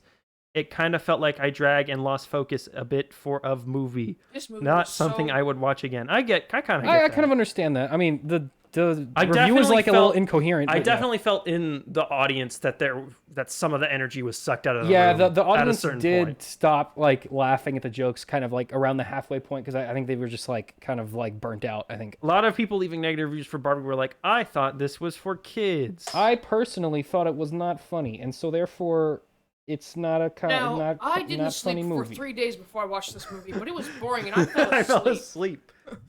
Yeah, it's a lot of... I fell asleep 2 times, therefore bad Now, movie. excuse This my guy- the name of- narcolepsy, okay. but The name of this guy's account is Disgusted.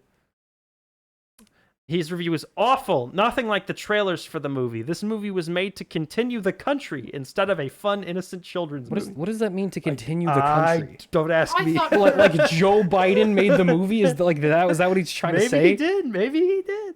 I don't think Joe Biden like can like walk up the stairs required to get to a This theater. person thought it was too much of just a kids movie.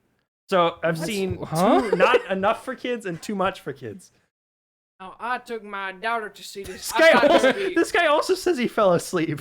I Okay, think so a lot of people in I movie theaters think- just have narcolepsy. I think would the you- men were just bored. I think the boys were not entertained, and that's okay. The movie wasn't for the boys. All right, Well, it's kinda not a movie was. for the boys. Go see Well, they kinda Oppenheimer. said it That's was for the for boys. Unless you frequently fall asleep during movies. Unless Then you have just don't- narcolepsy. Just don't go to the movies if this is a problem. Okay, for Barbie you. is very much for the girls. Okay, like Mm-hmm. that's the point. That's who it's for. All right, the guys might not be as engaged. That's okay, but like understand that that's like Well, why would you the leave a review point. if you fell asleep? because they wanted to let everyone know. Worst that they movie fell of Now, I missed 2023. 9% of this movie, but from the 10% I saw, I saw. I did not like it. Not as fun as they sold on the trailer. Barbie is not that deep, lol. Okay, but the movie is you. The movie is that's What do people point. when they say it's like Bombs they aren't made that it too deep. complicated? they made it too deep. Did you want it to just be literally nothing? Because Alright. that's what Barbie No, is he as a just wanted product. to see the Lego movie. did they again. think that they would have a plastic Barbie doll dancing on screen for 2.5 hours? Yeah, I think they did. This was my. I think they did think that Holy that was crap, the this is the movie. most entertaining thing I've ever seen. This was hands down the most. This was hands down the worst movie I've ever had the misfortune to pay money for in my 50 years of life. God dang, brother was not entertained. Homie did not enjoy. A lot of people are being like, they're diminishing men. Okay. Not what I expected. 2 stars. All right. I think most of the bad reviews for both of these were like, the movie is not the movie in my brain that I invented for myself. It is a hard truth that most audiences want to know literally everything about a movie before they see it. They want to know exactly what They want to have seen it before they see don't it. like it being surprised or like have anything interesting Or thrown have at to them. think. They don't want to have to think about it. Well, the people giving negative reviews of it was too long and boring and not the trailer are the people who don't want to think. I could understand, like, okay, if you saw Oppenheimer and it was a little like dialogue heavy for you, you're not as you don't really like dialogue heavy movies. Okay, maybe that was boring for you. Barbie was like constant, nonstop, like massive, like set pieces, big scenes, big dance numbers, big. It was very big, very fat, very like energetic movie. Like if you fell asleep during Barbie, you just like don't like movies. I don't know what to tell you. Yeah, it's just a lot of people being like, not for kids, 1 star. All right, yeah. I mean, it's a little bit more mature than I think a lot of people. It are is rated PG-13, so maybe just look at the rating for the movie before you. I had a couple ask me at the restaurant I work at if I had seen the movie. I was like, yeah. They were like, is it like okay to bring like we have like a 12-year-old kid? Is it okay for us to see Barbie? I was like, bring a 12-year-old. I was like, yes. I think a 12-year-old boy will. A 12-year-old boy? I mean, he'll be bored. He'll be bored, but he's not going to be. It's not. There's nothing inappropriate for a child. There's nothing that will like. There's some adult jokes. Stuff that'll go over his head. Yeah, there's some adult jokes, but like it's not stuff that is gonna like Barbie traumatize was throwing him. it back for 30 minutes, but other than that, like okay, if you took a little kid to see Oppenheimer, they might leave with some trauma. If you take a little kid to see Barbie, the adult jokes will go right over their head because they'll go, aha, Ken go bonk. Yeah, Ken fall over. Haha, funny. I mean, what's up? Yeah. You might have to explain to your kids the patriarchy. And the matriarchy. No, the movie will do it for you. You don't even gotta do that. It's patriarchy for kids. Well, no, they can go into the school library. Yeah, there's books on it in the school library. Patriarchy is Mojo Dojo, Casa House, horse, fur coat, beer. Yep. That's the patriarchy. Well, that's all on the Barbie and the Oppenheimers. That's all for this week's show. Covered a lot of ground, a lot of news, a lot of reviews. You don't want to talk about Netflix having record high account signups after cracking down on password sharing? I'm not surprised. No one cares. Netflix people care. Haunted Mansion comes out this week. Yeah, we're skipping that. Are we? Yeah. I think it might be fun. I don't care. I mean, it's got our boy Danny DeVito in it. It looks so lame. Our boy in it though. But it's so we gotta support our boy. He already got paid. That's true. Unless he has some sort of like percent of the back end. I mean, he probably like does for like residuals, but like that's not going to affect his ticket pay, like the opening day or whatever. I can't wait for Hollywood to learn all the wrong lessons from these two films' success. I can't wait for the studios try to force Barbenheimer into like everything. Yeah, they'll counter program on purpose. Yeah, to try to they'll be like, because like the new it was announced like last week that Saw 10 and Paw Patrol are going to come out. Yeah, but same day. So people are going no, Saw but Patrol. The studios are going to be like, it's Saw Patrol, everybody. Remember Come see Barbenheimer? both. No one cares about that was fun. Remember that? Yeah, except for no one cares about Saw and no one cares about Paw Patrol. Well, no 5-year-old can go watch Saw. I feel like and no guy watching Saw is going to go watch Paw Patrol. They're relying on like weirdos on Twitter to watch both. Like, okay, these movies, even if you're not the target demographic, if you have enough like brain power, you'll get something out of both. Well, here's the thing: is because if you're a 20-year-old man, you'll go watch Oppenheimer, and it's funny if a 20-year-old man goes and watches. So you want to watch both. Yeah. Right. But for Paul and Sean Saw, it's like oh my no gosh. crossover. I saw a take on it was on TikTok. Okay, so the cesspool of thought. We're about to have the dumbest take ever.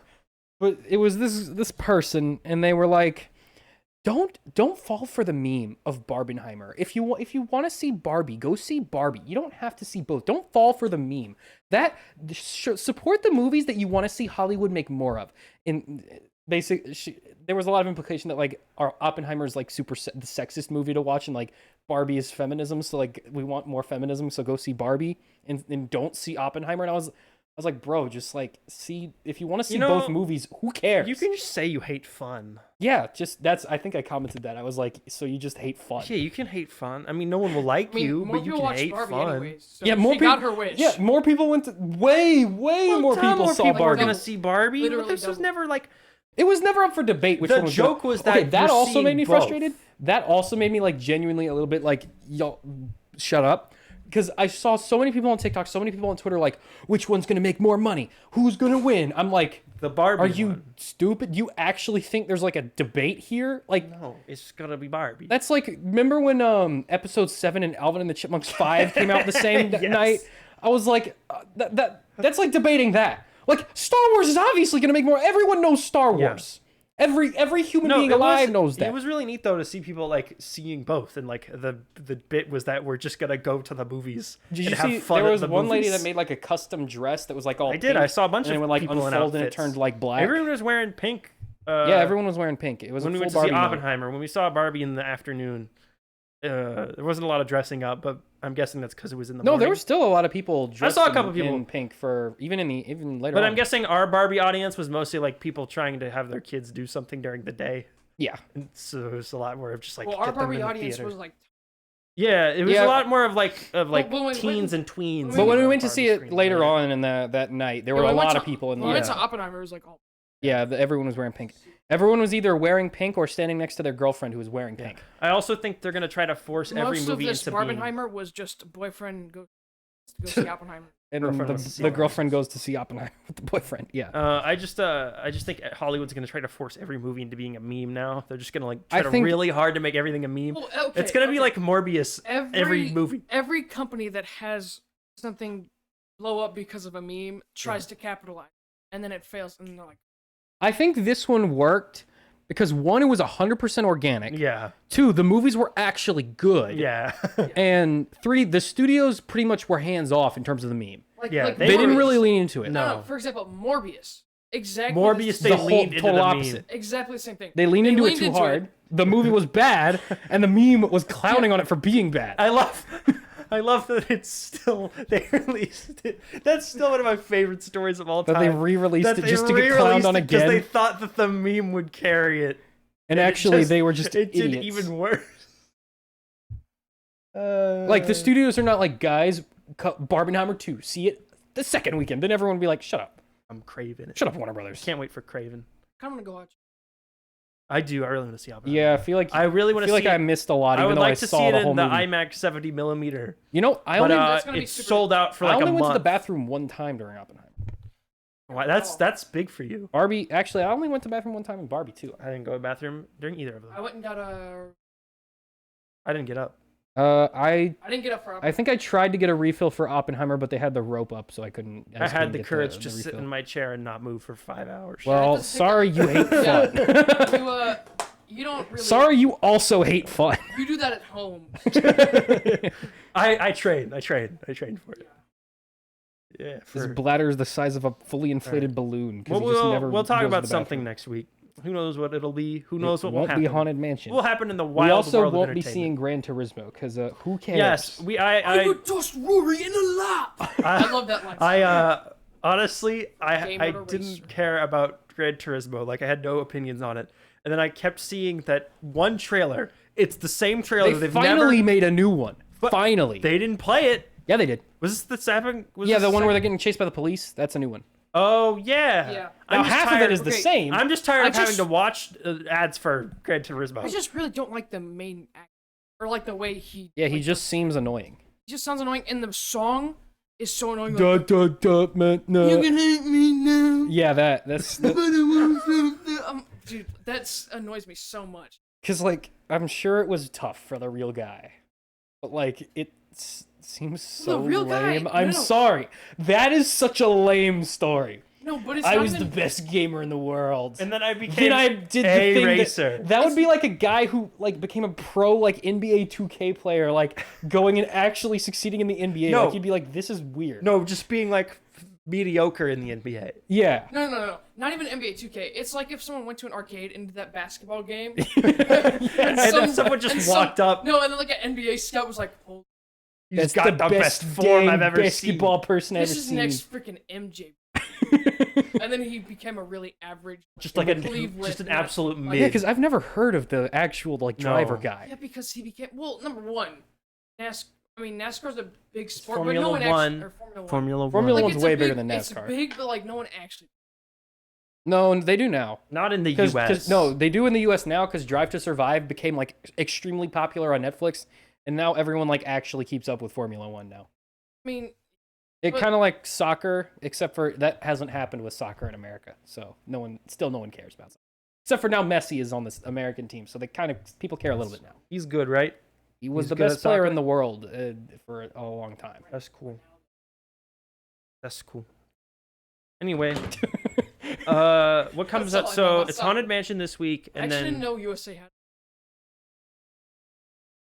we've What always do you had mean? one. No, we've always had No, one. we have like two whole soccer leagues. I just never even No, thought we, about soccer a single time. It was a big Before the thing World this Cup. last year because the World Cup before this last one we didn't make it in. Well, we beat Mexico last time. No, this last World Cup we did good, but the World Cup before that we were so bad we didn't even make the World Cup. Yeah. Yeah, but no one cared because no one cares about soccer in the U.S. Yeah. So it's Haunted Mansion this week, and then Ninja Turtles the week after, and I think the Meg 2. What comes out this Ninja week? Turtles we'll probably see. I honestly don't care Is what a anything Meg. slightly I think we have interesting? to see it though.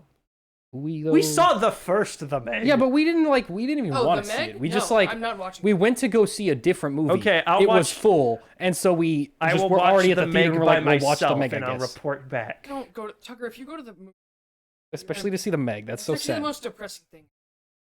Going to the movie theater by yourself. All right, everybody. Remember when we went to go see Monster Hunter? That guy was by himself. Yeah. Oh yeah. That guy. Actually, That was extra sad because it was also like Christmas week. Yeah. No, it was like the day after. Yeah, it was Christmas. like the day after No, it Christmas. was like Valentine's Day or something. No, No, it was during December. It Christmas. was No, like we had like the day off from school. No, we had the day off because it was Christmas break. It was like it was Christmas. Wyatt you was weren't there. even there. Yeah, he was there. No, you weren't. Yeah, he was. Max, I think you just don't remember All right. the night very No, well. it was like a Monday. Thank we you had for it off. watching this very long episode. We'll see you next week. Bye-bye. Bye. We had like a Monday off because it was.